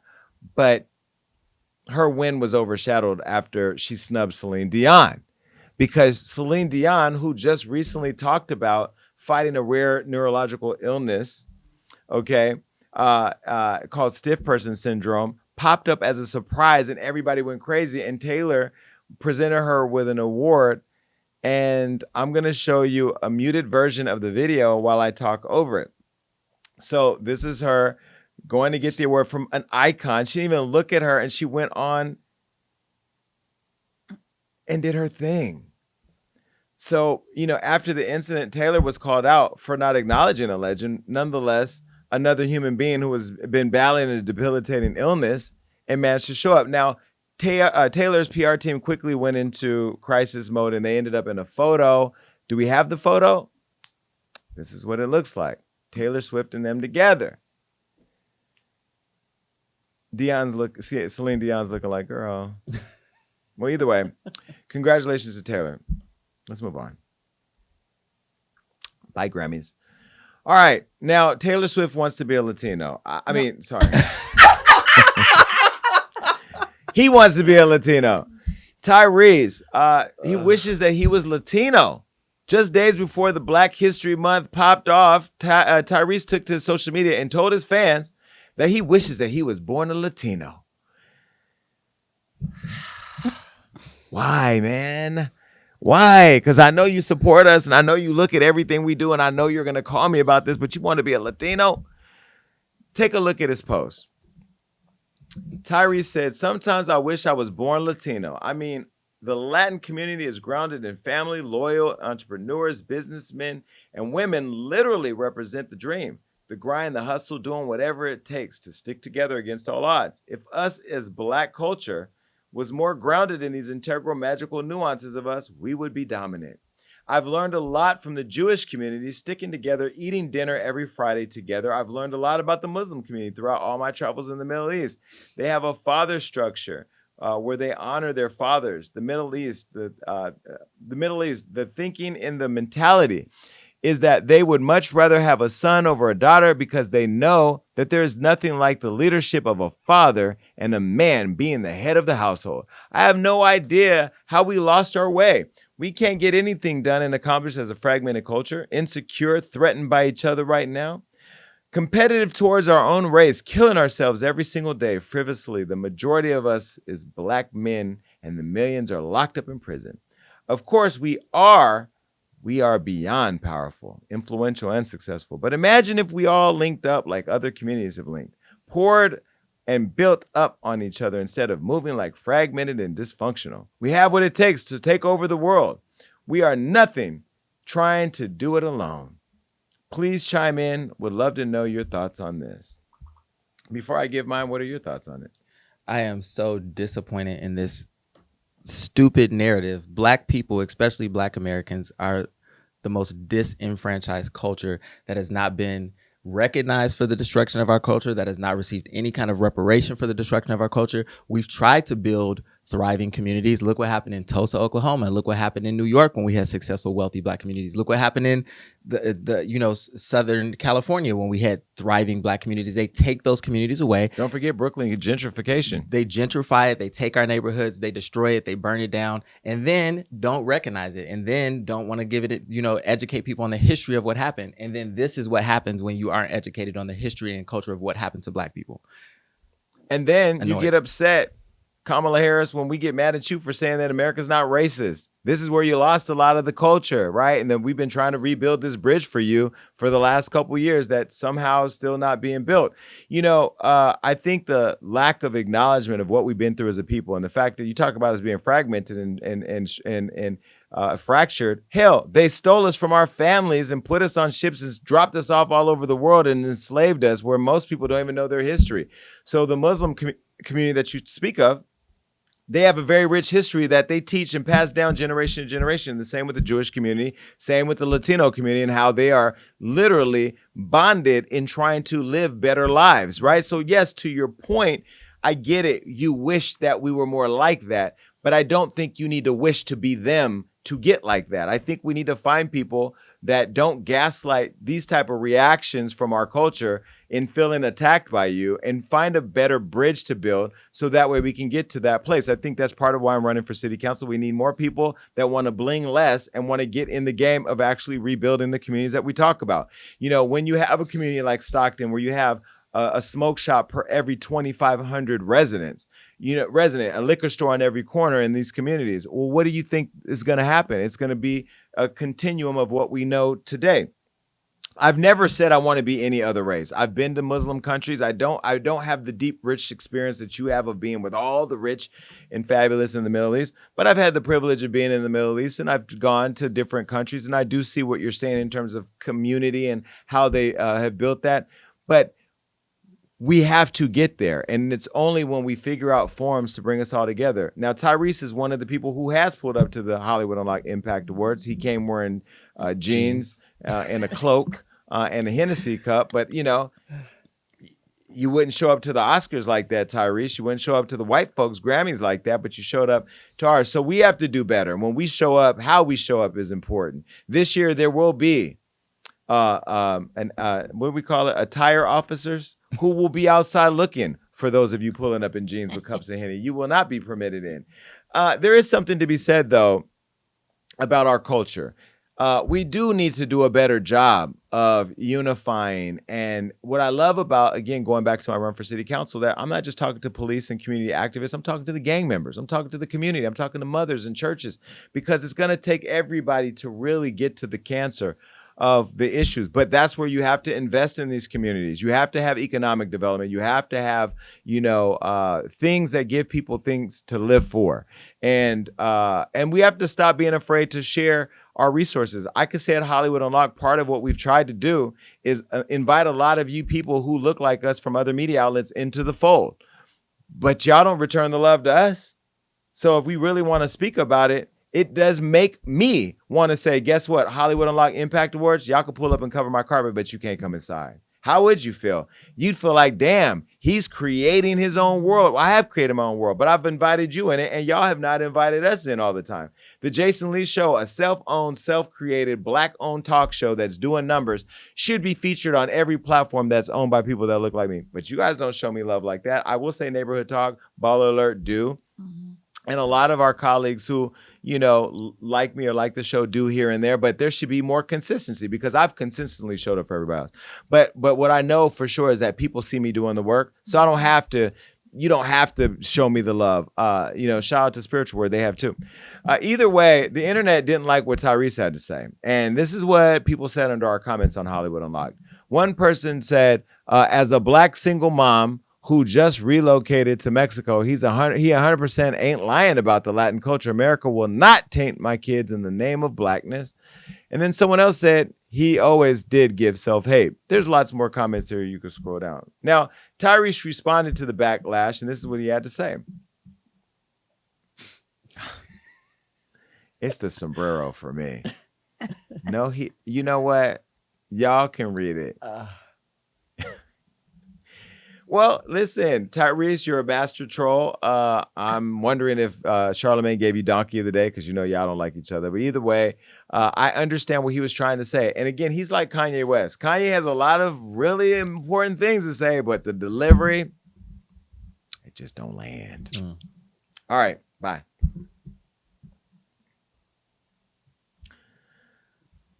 Logic is on the show today. We never talk about Logic. I actually like him, but he confronted his absentee father, and he had a lot to say. Now, I didn't know that Logic was biracial. Did you? No. I thought he was white. Yeah, me too. Is he biracial? That's his whole thing. Because everyone tries to call him a white boy, and he's like, I'm half Black. He looks white. Well, he does. Some people say I look white too, or Mexican. Si se puede. Si se puede. Biracial rapper Logic is going viral as he tearfully confronts his absentee father about abandoning him as a kid due to his crack cocaine addiction. Now, let me show you a photo of little Logic as a baby with his mom and dad and brother. Aw, okay. Dad looked like he was going through it. Okay, well, in his music and in his past interviews, Logic has talked about, being biracial with an alcoholic and racially abusive white mother and an absent drug-addicted Black father. Now, the Maryland rapper has even revealed that he saw his brother sell crack to their dad, who was a musician playing alongside Chuck Brown before his drug addiction took over. And unlike his past interviews, Logic is now doing the questioning and confronting his father, whose name is Robert, in a new one-on-one sit-down. And it got real. Take a look. My mom says that my dad is going to come and pick me up, and he doesn't pick me up, and I wait all day outside. And I wait, and you don't come. And it's not the first time, and I want you to let me finish because I want you to hear it. Because there's a part of me that has grown as I am and developed as I feel mentally. There's still that little boy that's still waiting on a curb for his dad. And it's all good. Once again, I'm not here, and I want you to let me finish, Daddy. I don't want you to talk. I want you to hear me. because I want to be heard. Sorry. Just give me a second. Don't talk to me. Just give me a second. I want you to hear me, Dad. I'm a master manipulator. I am the king's con man, and I got it from you. So I want you to listen as I tell you, because I'm not here to try to con you, and I don't think you're here to try to con me by any means. But I know you've gotten yourself out of some slippery fucking situations by talking. And the last thing I want you to do right now, with the utmost love and respect, Daddy, is I want you to listen to me. Damn, this is deep. This is deep. Just give me a second, all right? I got That's you. a lot, nigga. We never talked about I it. got you. I waited every weekend that I ever had. Nigga, that's 33 years right here. That's what this is. Yeah, you told me that you would come, Daddy. You never did. You told me that you was gonna pick me up. And I waited, and I look at my son, and I think about how much what my son means to me, and I can never make him sit on a curb. And I don't say this to make you feel bad. I don't. I really love you. This is not the beat you up show. This is the here we are. This is the we're gonna rejoice. So let me get it out. You know, I'm a man of my word today because you aren't.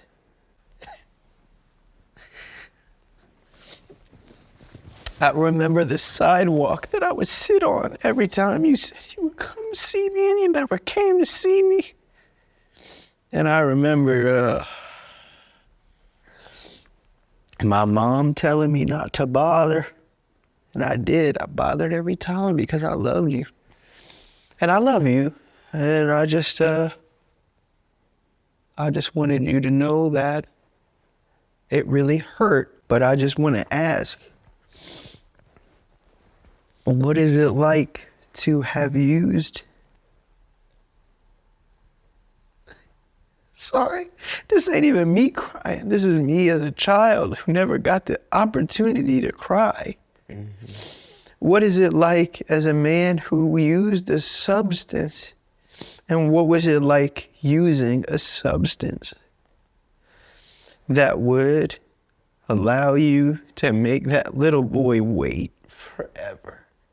What was it like to use it? Was it worth it? What did it feel like? And I mean it, nigga. Don't say, no, you the best thing. What was it like, nigga? Because you wasn't there. So it must, what did it feel like, nigga? Did it feel like 1,000 virgins? No, it felt like, what was it like? No, you want to know what it felt like? It felt like being in hell.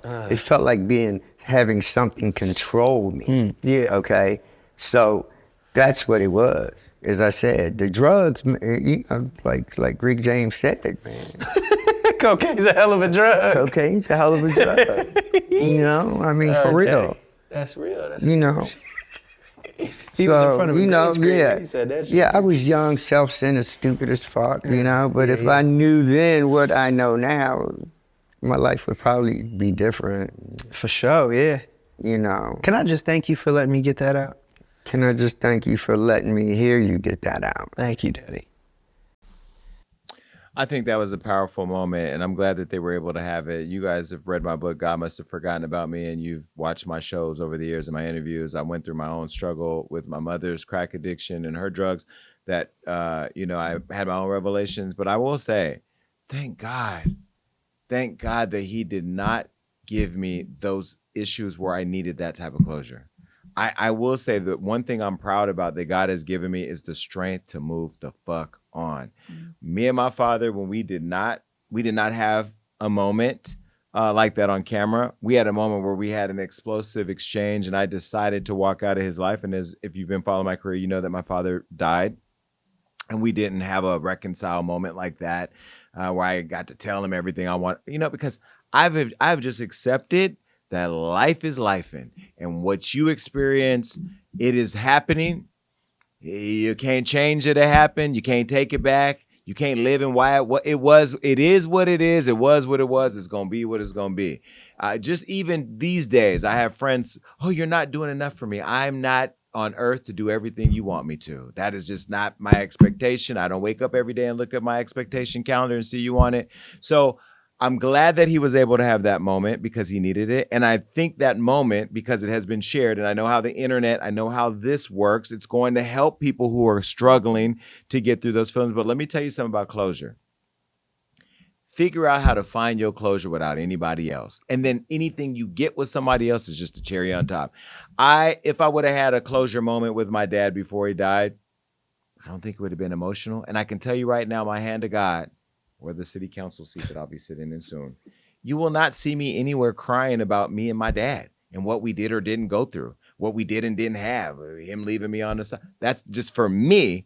That there's no pain there. There's no wishing that it was different. There's no, oh my God, I wish he was here to see me. No, there's no, everybody who's not here to see my success, if you didn't see it when it was percolating, you don't have to see it when it's maturing. It is what it is. That's not to diminish logic in sitting down with his dad. I think it was a powerful moment to see a man reveal his emotions that way. I think more men need to be vulnerable. I'm in therapy. Shout out to my therapist. I think more of us need to seek that help and support. But I just pray that people can just enjoy the little life they have, because this thing goes really quick. And in 46 years, soon to be 47 years, I'm happy. You know, the things that stress me out is I have so many dreams that I want to accomplish that I try to accelerate everything. But I realize that when they happen, it happens when it's supposed to. And then when other things pop up, like running for the city council, okay, got to make that a priority too and make it fit in what I'm doing. But you know, everything is what it is, and everything happens when it's supposed to. I'm glad this happened for you, Logic. But for everybody out there that may have this experience with their father or their mom, you don't have to have a moment where you sit down and let them know how you feel. You got to get out how you feel. You got to figure out closure, and closure is important, but it ain't got to look like that. I don't know. What do you guys think? I think it's a huge, huge deal. I love that for Logic, but more importantly, I feel like it's very powerful for the dad to hear that and for like him to get that feedback and be open to sit in that chair and kind of take the blow, but to congratulate Logic for opening up. And I wish more people would do this, but it even had me tearing up. Like, that was very strong, very powerful, and I want to watch the whole thing. And that's what I was going to say. While I do agree that with you that people shouldn't expect or hope to have an opportunity to have closure with people who hurt them, if there is an opportunity for people to do it, I think like that kind of healing experience for a grown man to be able to like say without interruption what their experience was, and for the other person to hear what the experience was without interruption and to be able to cry. I think if more men and women had the opportunity to just cry and let out the things that we pin up in ourselves for extended periods of time, there's healing in that. So even if you don't do it across from the person, if you do it with a therapist, if you just find a way to let go of those things that are like that we hold on to that are causing pain for us. And I think you said that, like, discover it on your own. It may not be with that other person, but I think this is powerful for people to see. Yeah. Well, I will say, shout out to Logic's dad who sat there and took it, because my father, what he didn't do is I gave him a chance for the Love and Hip Hop taping when I went back for my brother's memorial. I said, this is really your chance. This is the medium I'll give you to show up. And he didn't show up for me. And that was when I decided it was over. So I do agree with you. Like, the level of courage that Logic's father had to be able to show up and take it, and to be told to like be quiet and don't say, he called him nigga a couple of times. That's how you know he meant it. And now that I know you black or half black, you can say nigga, because I was about to get on your ass for that. But no, I mean, I think that, yeah, there's something there. And I do know from what we saw, if depending on how that finished, they're going to build a stronger relationship, you know, out of that vulnerability and out of that. I just pray that Logic doesn't have the daddy issues that some people have. Some people have mommy daddy issues. Oh, wish my mom woulda, coulda, wish my dad would. They didn't. And they ain't going to. And if they do, they ain't going to be able to do it when they didn't do it. It happened. Deal with it. Okay? Well, I mean, that's my logic. No pun intended. Bye. We haven't talked about this person in a long time. Thank God that we're out the group chat, but we do love her here. Krishan, she's now going to court. She's been sued. Krishan has an assault suit coming from James Wright Chanel. This is the guy that got famous off the Patty Pies and then went on tour with Tamar Braxton. And haven't seen James in a long time, but James Wright Chanel was allegedly abused by Krishan. Remember Krishan Rock, she got into that altercation? Well, now she's officially being sued for allegedly assaulting Tamar Braxton's backup singer and friend James Wright Chanel. This all went down in LA back in November when Tamar was on tour. And her right-hand man, LaTroy Davis, came out and accused Chrisean of punching James and knocking out his teeth. She allegedly attacked James after being told that she wasn't invited to perform at the show, even though we thought she was invited. But that she was just there to participate in a twerk contest. Chrisean was set up. I don't care what nobody says. Chrisean, you like her or not like her, she had the clout at the time. I don't know if she still has it. She still has lots of followers, but she was the hot thing that everybody was talking about all the time. Well, remember LaTroy went on the whole Instagram and posted this? Take a look. He said that we need to stop rewarding bad behavior and bad people. And he's disgusted by her that she assaulted James, and he called her the ghetto hip-hop trash-ass girl. Well, either way, she was the ghetto trash hip-hop girl that y'all invited down there. For what? It was so weird. And again, it looked like a clout chase. Well, Chrisean denied the whole thing, saying that the claims were ridiculous. And then a video surfaced of her harassing Tamar's team on stage. We played that before, but I'll show you again. Do it. They said y'all wouldn't come. They told us we had to be small rooms. And so we proved everybody wrong. They said y'all wouldn't stand up. We'll stay with it. And so we got you this cake, this Love and War cake. We're so proud of you that you believed in yourself. And then you don't let anybody hold you down. They got pineapple in it. And so, y'all ain't never been to Tamar's house, but I have. And there's something that's missing at her house on her wall. Well, Tamar eventually broke her silence. We recapped all this before, but again, if you missed an episode of our show, here's what she said. I wasn't going to say anything out of respect for James and his trauma and what happened to him. And when I say what happened to him, he got assaulted at my show. And it was by Chrisean, but there was a lot of events that I believe were misconstrued. And so while I'm not going to set out the time and clear every little thing up for everyone, I want you to know the reason why I decided to say something. Number one, I care about my team. They're all of my friends, and we put this all together for the fans. I'm not a clout chaser. I don't need that. Like, my circle is this small. You know, I don't have to sell tickets for, like, oh, I need to sell tickets. Let me do this, that, and other. This show has been sold out for a month. I didn't have an opening act. I knew I didn't need an opening act because I knew my sister was coming in the middle of the show. And, when you're in different cities, you invite different people. And Chrisean was definitely someone that I invited, someone that I actually, looked at from afar as like a younger sister. She's from Baltimore. I knew that she was rowdy. I didn't judge her because of that. I felt for her on so many occasions, and I just felt like, this was somebody I wanted to possibly take under my wing, because, everybody knows that I don't have the best. I don't have the best pass. I'm sorry, I have a filter. I washed my face. I look crazy. Okay. And in my journey of being a better person, I wanted people to, accept me for the new person that I was. And the only way that they could do that is if I was given an opportunity. And so that's really all it was. I didn't call her and be like, oh, come on and perform at my show. I already knew Tony was planning to perform here at this LA show.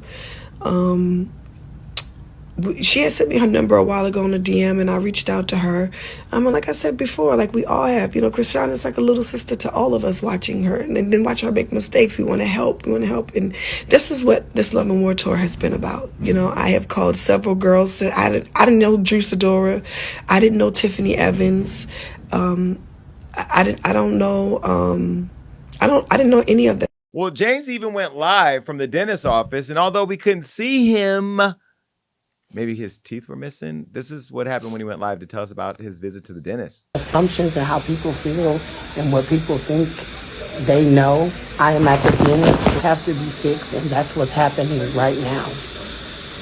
So don't get online saying what didn't happen, it didn't happen. And no, I'm not going to show my face. My face is beat. If you guys see my face, you would be pissed off. My face it's toe up. So right now, I have to get teeth fixed. That's damaged.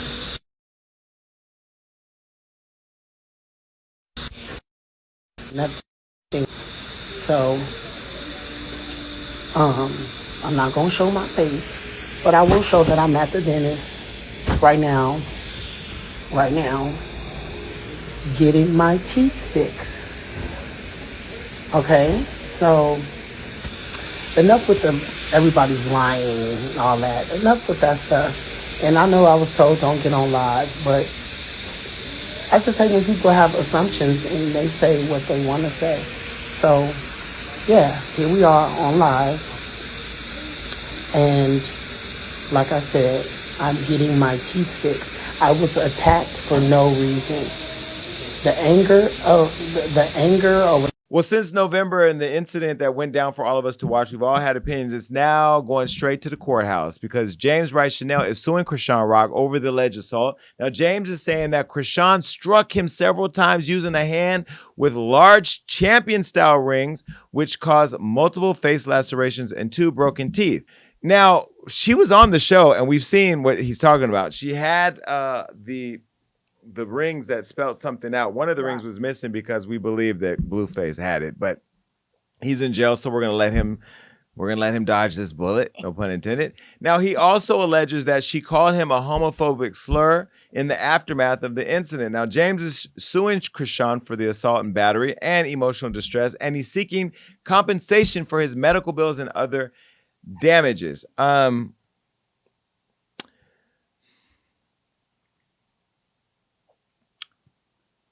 I'm running on a no crime campaign, so I have to say that crime is wrong. And I think that crime should be punished. And if Chrisean punched you in the face with those rings and it wasn't self-defense, she should be punished.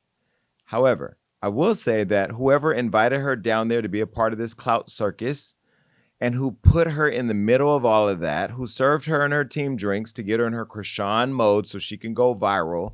People were saying the tickets weren't ticketing and that the show wasn't selling and that you all used her for clout. You should go to jail too. You guys used that girl for clout. There were 2,222 and a half posts on social media about every single thing Chrisean did, wore, said, what she looked like, whether her tooth was in and out, whether his tooth was in and out, whether there was a patty pie in the room, what drinks she drank, what mixers were mixed, how many guest passes she had, didn't have, you quitting, getting back onto her, leaving, Tamar sounded off, didn't sound off, put the bonnet on, came back to sound off again, clarified, unclarified, unfollowed, followed. It's been a circus. It's been a circus, all the while under the veil of not wanting to be in any drama.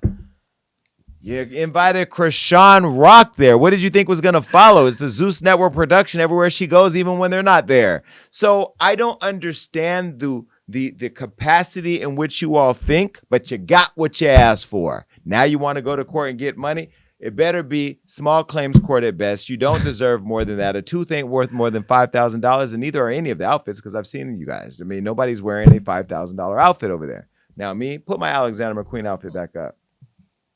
Do we have it? That's $5,000. Shout out to TDE and SZA for inviting. Ooh, look at me. Well, I'd have slept with me. Well, either way, I'm over the whole thing. Let Chrisean move on and go live from Blueface getting released. When Blueface get out of jail, she gonna be there to pick him up the way that Bobby picked up Whitney or Whitney picked up Bobby. Mm-hmm. And James,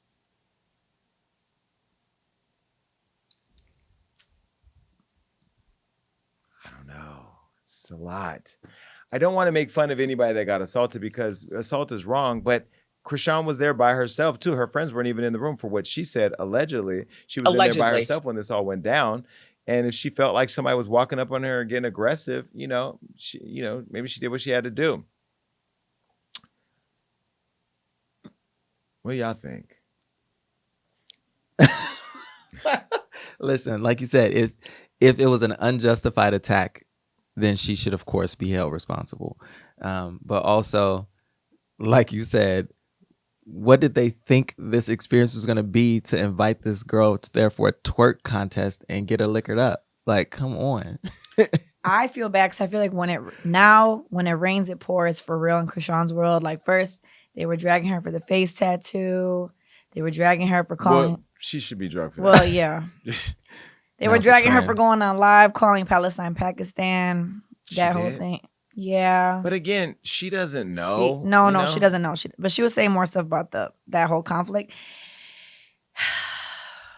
I don't want to slander her, but this is just, I feel like she's going down bad right now.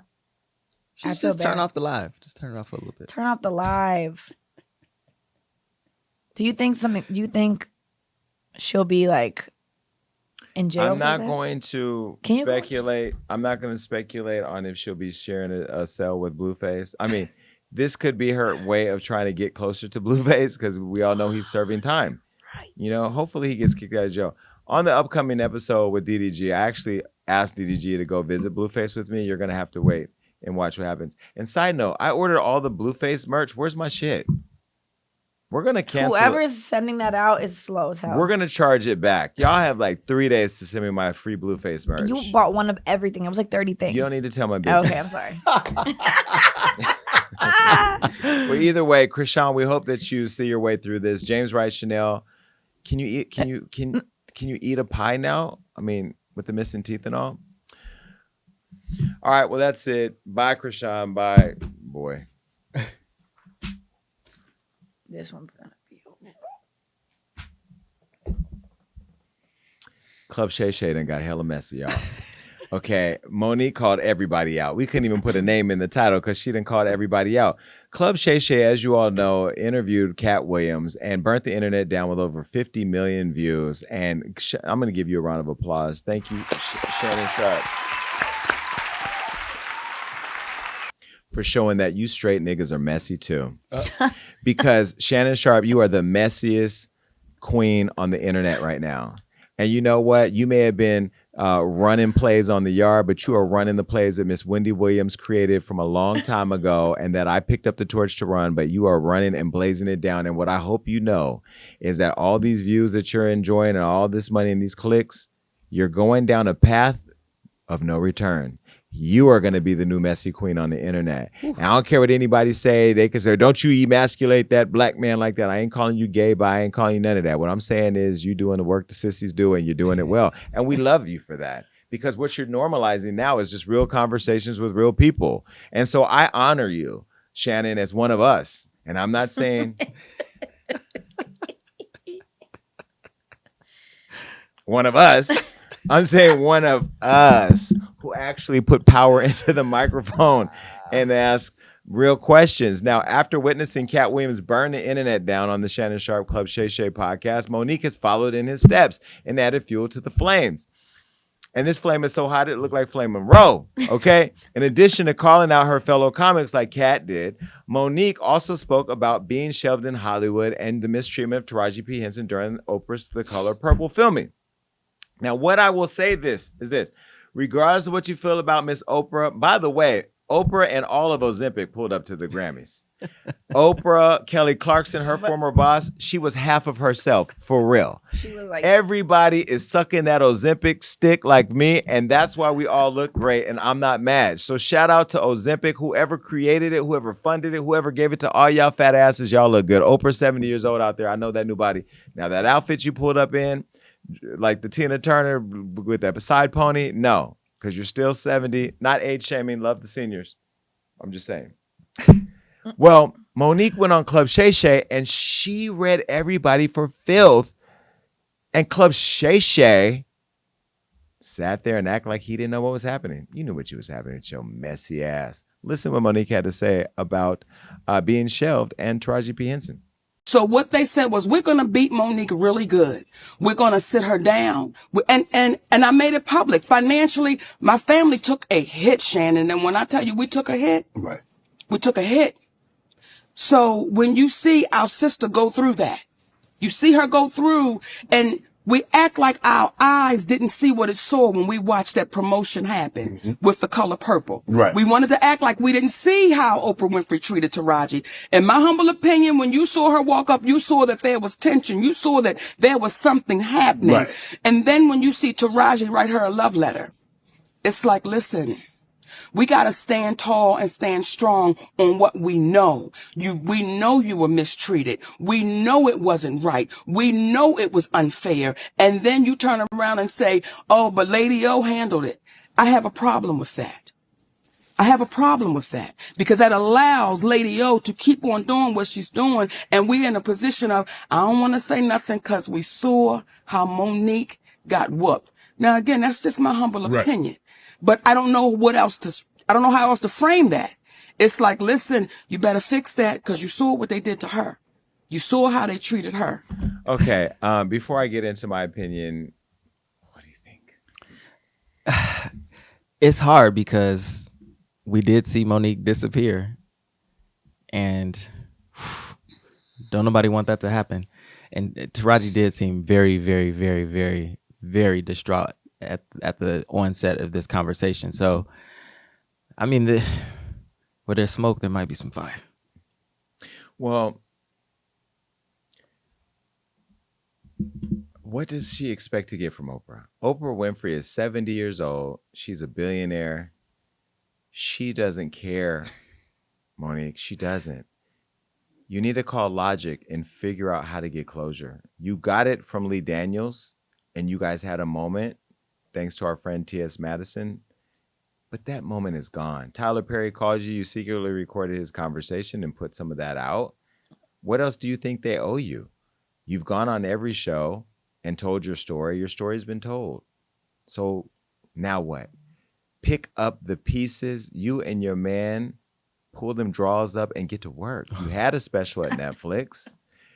You know, Oprah Winfrey and Taraji's relationship is what it is. And if Taraji wants to defend her, are you now starting a union for Black actresses where you're going to become their advocate against the Black Lady O? You've since danced your way into losing weight, and Oprah's danced her way into Ozempic. You both look great. You both are phenomenal Black women. We love you both. Monique was one of my favorite comedians at one point. She's still one of the most funniest women ever, funniest comedians ever. But now it is giving angry Black woman. It's giving that. It's giving, let me shit on every Black woman that ever shit on me until I get the Black women to understand why Black women need to be honored. You're double speaking. Okay. Have you reached out to Oprah anymore? I don't know. The Breakfast Club gave you donkey of the day, then they took their donkey back. I'm not holding my mule. My opinion is what it is at this moment until it changes. Monique was supposed to be our last guest on the Hollywood Unlocked with Jason Lee podcast, and actually on my way to the airport to go interview her, she canceled. Yep, I remember. With no explanation. And it was the really nice, nastiest apology for it. It's like, oh, you know, like there was no consideration. So to watch her call everybody out for not being given consideration, or Lady O not being considerate, you did the same thing to a Black-owned media company. So you and your husband, with your freak nasty asses, did it to me. So what's the difference?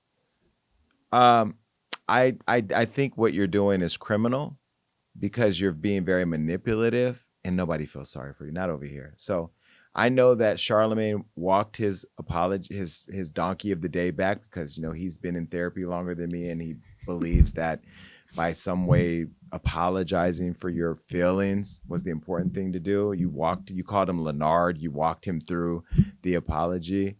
Do I think Oprah does enough for Black media? No. I've called her out for that. Do I think that Oprah could be a nasty person? I don't know. I've met her once or twice, and one moment I had a great experience. The other one I was screaming her name and she couldn't hear me. So, you know, whatever. But Oprah's still Oprah. She's done a lot for the Black community. She's done a lot for Africa. She's done a lot over her life. And ultimately, she doesn't owe anybody anything. Now, she does owe good working conditions. And I think when you're on an Oprah production, you know, you should have a nice trailer. You should have nice food. We all know the food. She has part ownership in Weight Watchers. There should be like no problem with craft services, right? And Taraji being a big artist that she is, although last time I saw you, Taraji, it was giving kind of not enough for me. You were a disappointment. All of you guys are caught up in your egos. Nobody gives a fuck about your egos or your money or your little dresses or your little lack of comedy shows or your cancellations. Nobody cares. These are rich people fucking problems. There are real problems happening in the world, okay? Why? Because I'm looking at them. We're tired of hearing about you and Sydney conspiring to bring down Black Hollywood. Go get some money and invest in your own projects. I built a multi-million-dollar brand from scratch on my own. You mean to tell me with an Oscar, with a shiny award that means something to all the white folks you're still trying to please is not enough for you to go and find somebody to give you 2 nickels to rub together and create a production of your own? Do you not have the talent? You don't need to have Netflix give you millions of dollars. You could have went, got your little 2 nickels. You and your husband are freaks. Launch your OnlyFans account, run up the money, go rent a theater for $5,000, film it yourself, and then put it on Backdoor or some other platform where you can make some money. Why is everything about the affection of white people and taking down Oprah? Oprah did more for Black people than you ever did with any joke you ever gave. And by the way, I'm tired of the gray streaks. It's not giving. I'm tired of holding my mule for you. Everybody and feeling sorry for you. You shitting on Tyler Perry. Tyler Perry has done a lot more for Black people than you ever have. When Whitney Houston died years ago after my party, he lent his plane to flying her to her family, her dead body. When Fantasia was homeless or lost all her money, Tyler Perry is the one that carried her for a couple years. Tyler Perry used to sleep in a Geo Metro with his big old long ass, homeless, and built a $1 billion brand and don't owe nobody shit. So why is Tyler Perry a continuum of this attack? At some point, somebody need to call you out for being a big, nasty, trifling bully who burnt bridges and don't nobody want to let you back over here. I wouldn't trust you the way you behave. You can be good for Club Shay Shay, but I just know he didn't give you a check for all the millions of dollars he about to get from your interview. So while you're competing for clicks, they competing for checks. That's why Tyler was in the conversation about buying the BET network from a white woman while you were sitting there trying to bash him. God don't reward ugly. And right now, hold on. You show is ugly. Robert? That was another good old read. Woo. That was not a read. That was a read. Woo. Well, let me give her this one then. I was rooting for you. We were all rooting for you. How dare you? Woo. I mean, was it true though? It was a very good, concise perspective. Now everybody has their head up her ass and people, oh my God, we just want to see everybody get together. No. No. Some people don't need to get together. And Charlamagne, shame on you because you always say you send them healing energy. She needs to heal. Well, this has been going on for 29,000. This has been going on since 29 BC. Oh, not before Christ. Okay? How many more days do we need to hear about how Oprah wronged you? Okay, she didn't give you a chicken wing outside of the Color Purple trailer. Who cares? She called Oprah. Oprah gave her a trailer. She's done. We saw one clip of them on the Empire State Building where Oprah never been. Oh my God, look, we're reading their body language. All you forensic body language artists out there, your forensic experience led you to read the Ozempic-filled body of Oprah Winfrey and Taraji P. Bad Boy Henson, Baby Boy, whatever the hell that movie's called.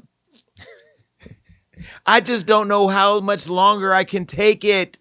Unplug me from the world of Monique as we know it. Monique, your Netflix special was trash. I know that you have a lot to say about Netflix. Should have gave you lots of money. When I watched it, they dodged a bullet. Because if they would have gave you all that money for that. Now, the Monique, when you were blowing powder milk out your titty, Monique, you were funny. You're not funny anymore. Like that. You look like granny that just mad. And you, like Ralph White, are going to ruin your legacy. Ralph White, the slumlord poverty pimp that I put on my platform. And it's sad because you're so passive aggressive. You know, hey, sweetheart, you know, I know you're kind. I deal with you all the time. They're called record labels. Promote our artists, please, because you know they're phenomenal. Bitch, break the bag. So I don't feel the same way that everybody feels. And I don't care if I never get the interview. I would love to have this conversation with you in person because I'm going to keep the same energy. But this is not the energy you want. Shay's messy ass, what he going to do is say, we're going to tell us, Monique, what you think? And he going to let you lay everybody out. And then he going to go live and say, I didn't know why she did all that. What? You knew what she was doing. Shay. What you think? Well, I don't think there's much to add after that, but I will say in a positive light, that's one of the best photos I've seen of Monique up there. And you're being shady. Oh, I know it's not shade. I think she looks good. Can I just take this moment to say I respect everybody who comes on the Jason Lee show after this podcast because you show that you're like DDG pulling up, one of my favorite people now. Blueface has more courage than a lot of you people because they have no fear to come and face the fire, to keep it real. Like, this is not a platform where we want to kiss ass to get it. We're not going to do that. We're just going to keep it real. Now, if you want to come and set her straight, you're more than welcome to. But Monique is a beautiful woman. Let me say that. She's beautiful, but her behavior is just so annoying that it just taints. You know what the taint is, right? Below the balls. It's between. Go home and ask your man to lick but the gooch? That's Taint. the taint. Oh, I never heard that. Anyway. Well, after defending one black woman in Hollywood, Monique then called out another one because that's what she does. Tiffany Haddish, our friend to the show and my future baby mama. Now, in 2018, Tiffany spoke on Monique's drama with Netflix. 2018. And she suggested that Sidney Hicks, Mo's husband, who doubles as her manager, was hurting her career. And Monique, of course, went back 5 years because she hasn't healed. Oh, let me also say a disclaimer. I'm not saying all this because she attacked Tiffany, because that's what they're going to say. Oh, he's only doing that because he's friends with Tiffany. No, because this is just what I think. This is what she said about Tiffany. Beautiful sister Tiffany Haddish did an interview with GQ magazine, and this, in my humble opinion, is where we keep throwing each other under the bus. You're doing an interview with GQ magazine, and I'm assuming the journalist was a white person, and the conversation turned to Monique. And she said, well, I don't do business like Monique do business, and I'm glad I don't have that husband of hers. But she don't know your husband. And when I saw that, it's like, Tiffany, if you had a husband like mine, you may not have 2 DUIs. If you had a husband like mine, you may not be caught up in what looks like you could have been grooming a child. And I say all of that with no judgment. But when you speak about having a husband like mine, you open up the door. And I'm saying to you, if you had one like mine, you may not sit in these positions that you can't explain the next day. Right. Or it's a hard way to go. So once again... Well, she doesn't even have a husband, let alone like yours. Well, damn it now. You said it. I sipped on that, Shannon. That was a sip. That required a sip. I saw this photo online of Shannon Sharp turning into Wendy Williams. That was shade, you know. And again, he gaslit you, Monique, to continue the shade against another black woman. So you're full of double speaking and you know, what do you say when you say one thing, do another? Contradiction. You're embedded in your whole life is a contradiction, right? But you know, you slammed Tiffany and basically said the only way a woman doesn't make mistakes is by having a man in her life. I have lots of sisters who don't make mistakes, some of which that don't have a man in their life. And those that do have a man in their life aren't their father protecting them from making mistakes. Your husband has sat with you through a lot of the mistakes you've made and how you've dealt with this issue. And how's it working for you? Because I don't see anything else happening from Netflix. I don't see anything else happening from anywhere else. I don't see your face on any big billboards in Hollywood. I don't see you at any premieres being honored and respected. And you're going to blame it all on you attacking Oprah and Tyler Perry, but it's just because you come off nasty, nice nasty. You know, maybe you should become a housewife of Atlanta. Take Candy's speech and go over there and figure it out with the girls. You know, it's a check. You're a good one. Well, I also would like to say that they keep bringing up this video with Tiffany grooming a kid. Tiffany was not grooming a kid. So it's like gaslighting this narrative that's not true because, you know, people are going to go, she was. Okay, well, whatever. Now, in addition to Tiffany, Monique again called out Tyler Perry and Oprah and her past issues with our friend D.L. Hughley. Listen. I do DL's radio show. Yes. DL Hughley is not there. His team is there. And Shannon, we having a great time. When we get to the end of the show, they say, Monique, you want to play a game? Well, I want to play. I said, sure, sugar. And it's a game called Would You Rather, okay? They said, Monique, we want to play a game of Would You Rather. Would you rather your husband sleep with Lee Daniels with a condom or Corinne Steffens without one? What? So I said, I'm going to call my brother. I call D.L. Hughley on the phone. I say, hey, baby, yeah. Huh? That's how he responds. I said, listen, I just got off the phone with your team, and they wanted to play this game, Would You Rather? Asking me about my husband and Lee Daniels and Corinne Steffens, and his exact words, well, that's how we do it. Every question don't need to be answered, right? So, again, I don't know. For me, it's double speaking. It's a contradiction. Am I missing something? Please correct me if I'm wrong. No, but I said this before too. Like this situation on this Shannon Sharpe show is just, it's starting to feel like, I don't want to say anything shady. It's starting to feel like people who are just like throwing stuff at other artists who are a little bit more successful or who have attained a little bit more than them in their careers. That's what it's starting to give off to me, and using that as kind of a launching pad to get back in the public eye. So it's getting messy and weird. Yeah. I don't know. I do love Monique, but I just feel like Kat blew up. And if that interview didn't blow up, I don't know if they would give this platform to, that Shay and Monique would give the platform to go off on people. Because it does feel like now they're just throwing all the stones. But I love Kat and Monique, so. And we love Shay. I love it. It's turning into a different type of show, which is cool. Because I'm telling you, once you go viral and you start getting that viral money, it's hard to go back because this is a numbers game. What you going to do? Go and interview Iggy Azalea and go down to 25 views? No. Well, D.L. Hughley heard what she said, and this is what he said. Well, Club Shay is getting messier and messier. It's almost like Wendy Williams didn't go anywhere. She just got a weight set. So Monique was on. Every time I see Monique these days, she's on doing some greasy ass video with her and her daddy complaining about something or working out. I don't know nobody that work out that much and gain weight unless every crunch you do has got Captain in front of it.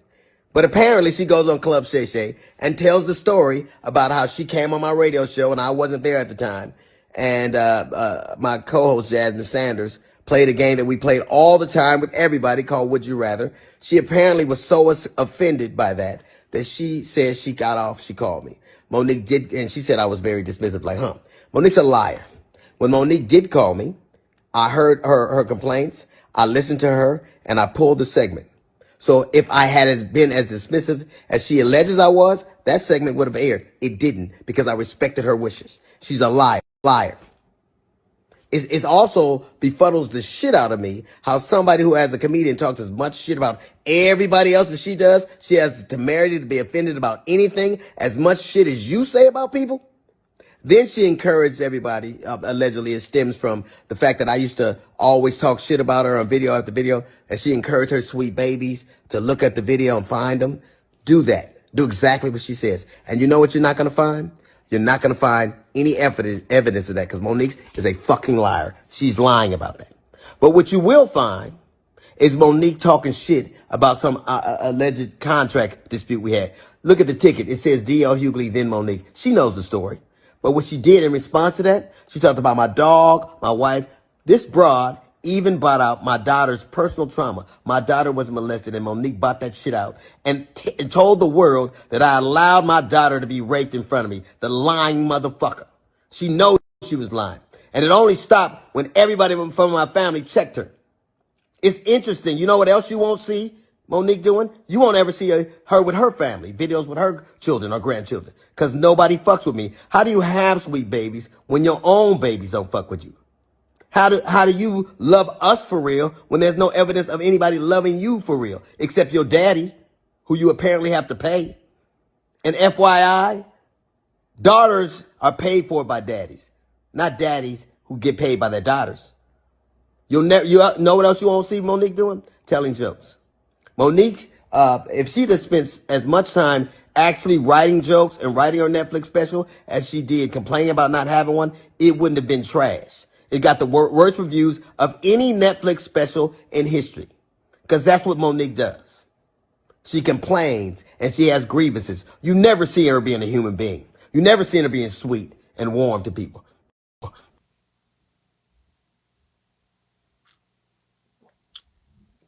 Is this the appropriate time to say D.L. Hughley is coming on the Jason Lee show? Well, we can just delete all the things I said before because I hadn't even seen that and he said it. This is what I'm saying. Like, I don't lie. I just say what the world sees. I didn't say all the other stuff he said, but I can't wait to interview DL. We just suffered an earthquake, by the way. While we're watching that video, an earthquake literally just shook. You didn't everything. feel it. I was You didn't see the earth? You didn't? How much? 4.7 earth. You didn't feel the chandelier was moving. My whole You didn't feel laptop it? was like, Yeah, there was an earthquake. You felt it? it was huge and long. I was just in that read. Or maybe that was Monique getting closer to the screen. You know what? Either way, Monique hopped back on her Instagram live with her husband, aka Daddy, and addressed DL. Look. I posted what you said. And then when you said on your, when you were really going for it with your shades on, and you said, Monique said, I stood by and watched my daughter be raped. D.L. Hughley, that's your conscience talking to you, brother. I never said that. I never said that. And I want to be a little clear about something else. Never would I try to do anything to harm any of your babies, because we got babies too. So never would I try to do anything to harm your children. However, what I was saying to your daughter and to the other daughters out there, I know what it's like for your daddy to know you've been touched and he not protect you, because my daddy did the same thing. That's what that whole point was. But I was showing why I would call you a coward, brother. I don't think it's brave that you didn't protect your baby. So when I said what I was saying, let me be clear to you, D.L. Hughley, it had nothing to do in reference to your family, and you know that. Now, when you were speaking and you were going off and you said, what did you say? She was so offended by the game we play, but you didn't say what the offense was. And that's the part for me that is disheartening, that you continue to try to trick and smoke and mirror our people. If you're going to say it all the way through. When you say family is sacred, you are absolutely right, baby. You're right. But when you say would my husband rather, and you co-sign your team of people doing that, well, isn't my husband sacred? So you got to be careful in your words, because the very words you use, DL, they're going to come back, and they're coming back to bite you, baby. And what I also said on Club Shay, when I looked in that camera, I said, DL, I love you, brother. And I don't know if you didn't hear that part, but we really do. We love you, brother. And if ever you get courageous enough to want to have a conversation, we're always open to it, because doing that, it shows how our community can get better. When you're wrong, as we have said to you, hey, brother, we apologize on that one. Yeah, incorrect. What type of medication are you guys taking? You gaslight somebody by attacking them and then invite them to a resolution? Fuck out of here.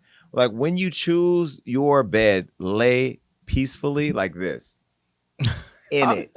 I'm sorry. Like, that to me was passive aggressive, manipulative, dangerous, borderline mentality behavior, in my opinion. I've seen mental health.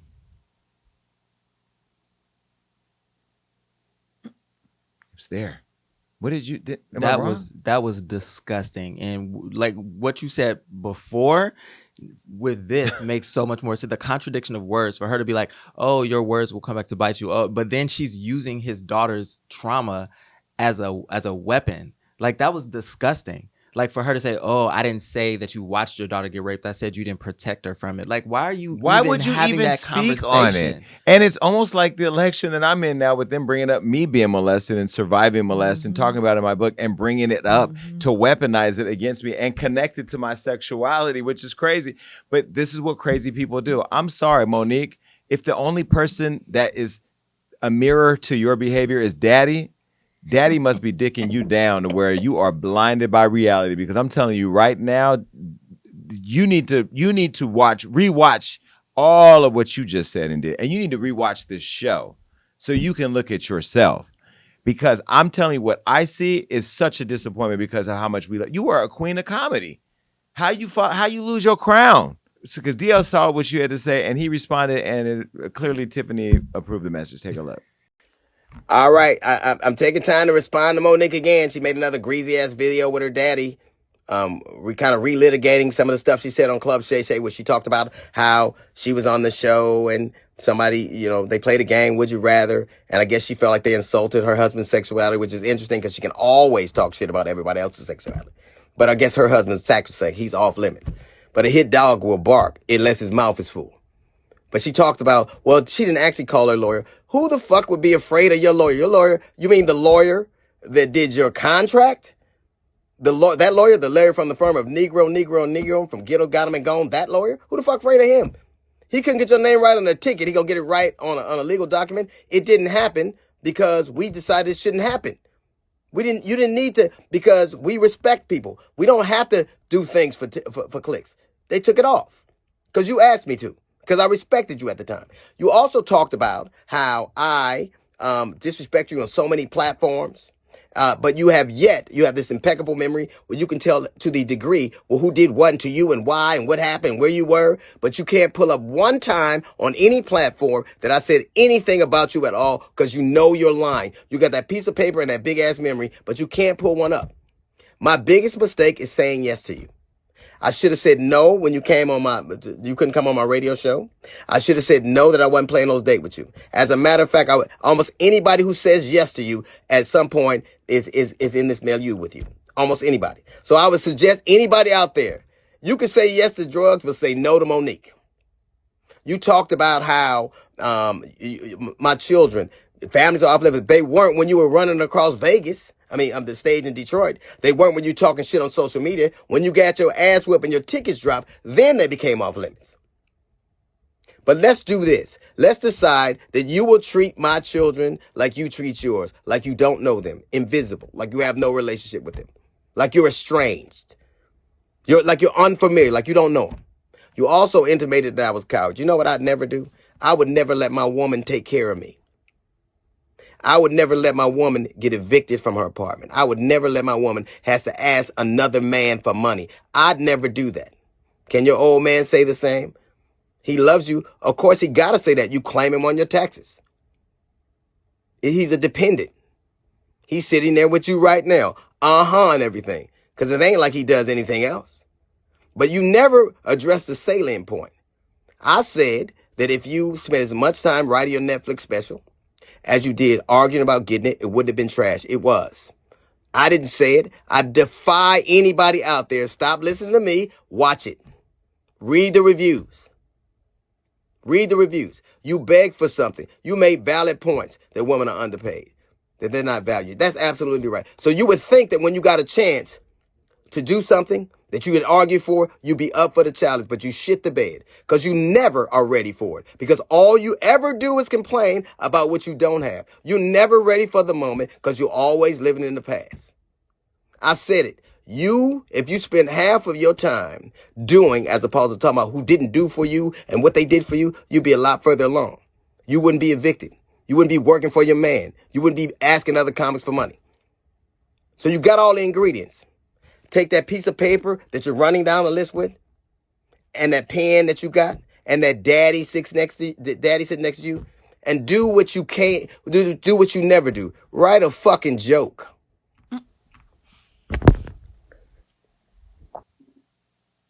Was there a mic drop at the end of that? It sound... DL, I can't wait till you come on the show. There's so much to get into. Well, listen, in the midst of all the back and forth, Monique says she's going to go on tour with Cat Williams. So I wonder if Club Shay is promoting that. Either way, I'm glad that she's going on tour. Here's her announcement. I want to talk to y'all about our brother, Cat Williams. Now, y'all know that is my fraternal twin brother, non-biological, okay? And I want to tell y'all about my twin brother, Cat Williams, baby. Guess what? I'm going to be joining my brother, my twin brother, Cat Williams, on the Dark Matter tour. So I'm excited. We are excited. I cannot wait to see y'all. Connecticut. I see y'all tomorrow night with our brother, Cat Williams. Albany, New York with our brother, Cat Williams. And I'll say this too. And I told him this. I said, for as funny and as talented as you are, your heart is far bigger. Real talk. And that brother done touched our community, baby, in ways that he's never even talked about. Those are the real ones. Because as they say, real G's move in silence. Oh.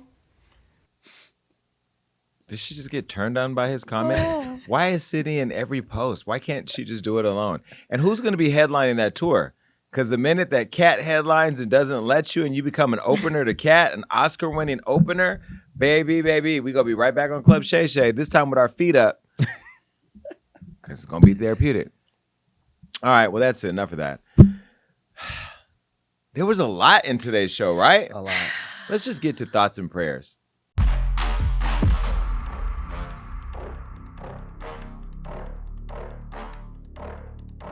Black History Month has arrived, and along with it came a forward from Monique, who didn't fail to remind us of her personal Black history in Hollywood. While we've heard this song and dance before, it hit a little different this time around, as Monique has not only been validated by Taraji P. Henson, but by other celebrities who've witnessed her mistreatment firsthand. Now, despite Monique calling out her fellow comedians and reigniting her beef with D.L. Hughley, we will continue to pray that she and other Black women in Hollywood would finally be compensated and treated better. Maybe we can get Oprah and Tyler to speak out too. This is your Jason Lee Show invitation. Hollywood Unlocked already took over the Grammys, so let's take over for the Emmys as well with a bombshell interview from Lady O and Tyler Perry right there on the red carpet. But let's talk about it. We were the only Black-owned media company with an activation at the Grammys during Black History Month, so I'm going to give myself a round of applause for that. What a way to start it off. Who's out here doing it like we are? We'll wait, and that's okay because next year you'll have a chance to do it too. Now, nobody did it like we did. And shame on Tyrese for wanting to change cultures. I mean, we love you, Tyrese, but you can't claim the Black community doesn't know how to be Black and how to stick together while abandoning us days before Black History Month. Make it make sense, guy. If you're going to highlight a problem, offer a solution and execute it. That's what you claim these other cultures are doing. Then again, we didn't see that supportive behavior from Taylor. Then again, we didn't see that supportive behavior from Taylor Swift when she snubbed the Celine Dion. She was on that stage snatching that trophy up the way Krishan keeps snatching up all these cases. The only person who didn't deserve to be snatched up was Killer Mike. A Black man sweeps 3 Grammys and then gets walked out in handcuffs. Fortunately, he didn't let that overshadow his win and break his spirit. This is the energy we all need all month long and all year long. We stand on business, even though I'm not supposed to say that anymore. Like Killer Mike and like Jay-Z and Beyonce. And if you're not with it, you never belonged in the category anyway. And that's a word from Hov. Shout out to everybody who made today's show possible. Oh my God, it was so messy. This show is not intended to be messy, but Shay is Shay Shane. Okay, that is it for this episode of the Jason Lee Podcast. Make sure that you're downloading and streaming it everywhere podcasts exist, and that you're subscribed on our YouTube channel watching it. And we do have a show coming up this week with the one and only, let me do a drum roll here. Where's it at? Tiffany New York Pollard. Listen, I have known this girl since I first moved to LA years and years and years ago. We had a great moment, and I'm so excited to be able to show you the episode. Make sure you're tuned into the Jason Lee episode on the Hollywood Unlocked YouTube channel. And again, it downloads as a podcast everywhere podcast streams the day before. Also, make sure you're following us everywhere on social media. If you're not following my campaign, I have a new campaign Instagram account. It's at District 6 on Instagram. Go over there and follow so you can watch all of it unveil right before the election, March 5th, where I plan to walk home as the councilman. Until then, I'm out. Bye. The Jason Lee Podcast.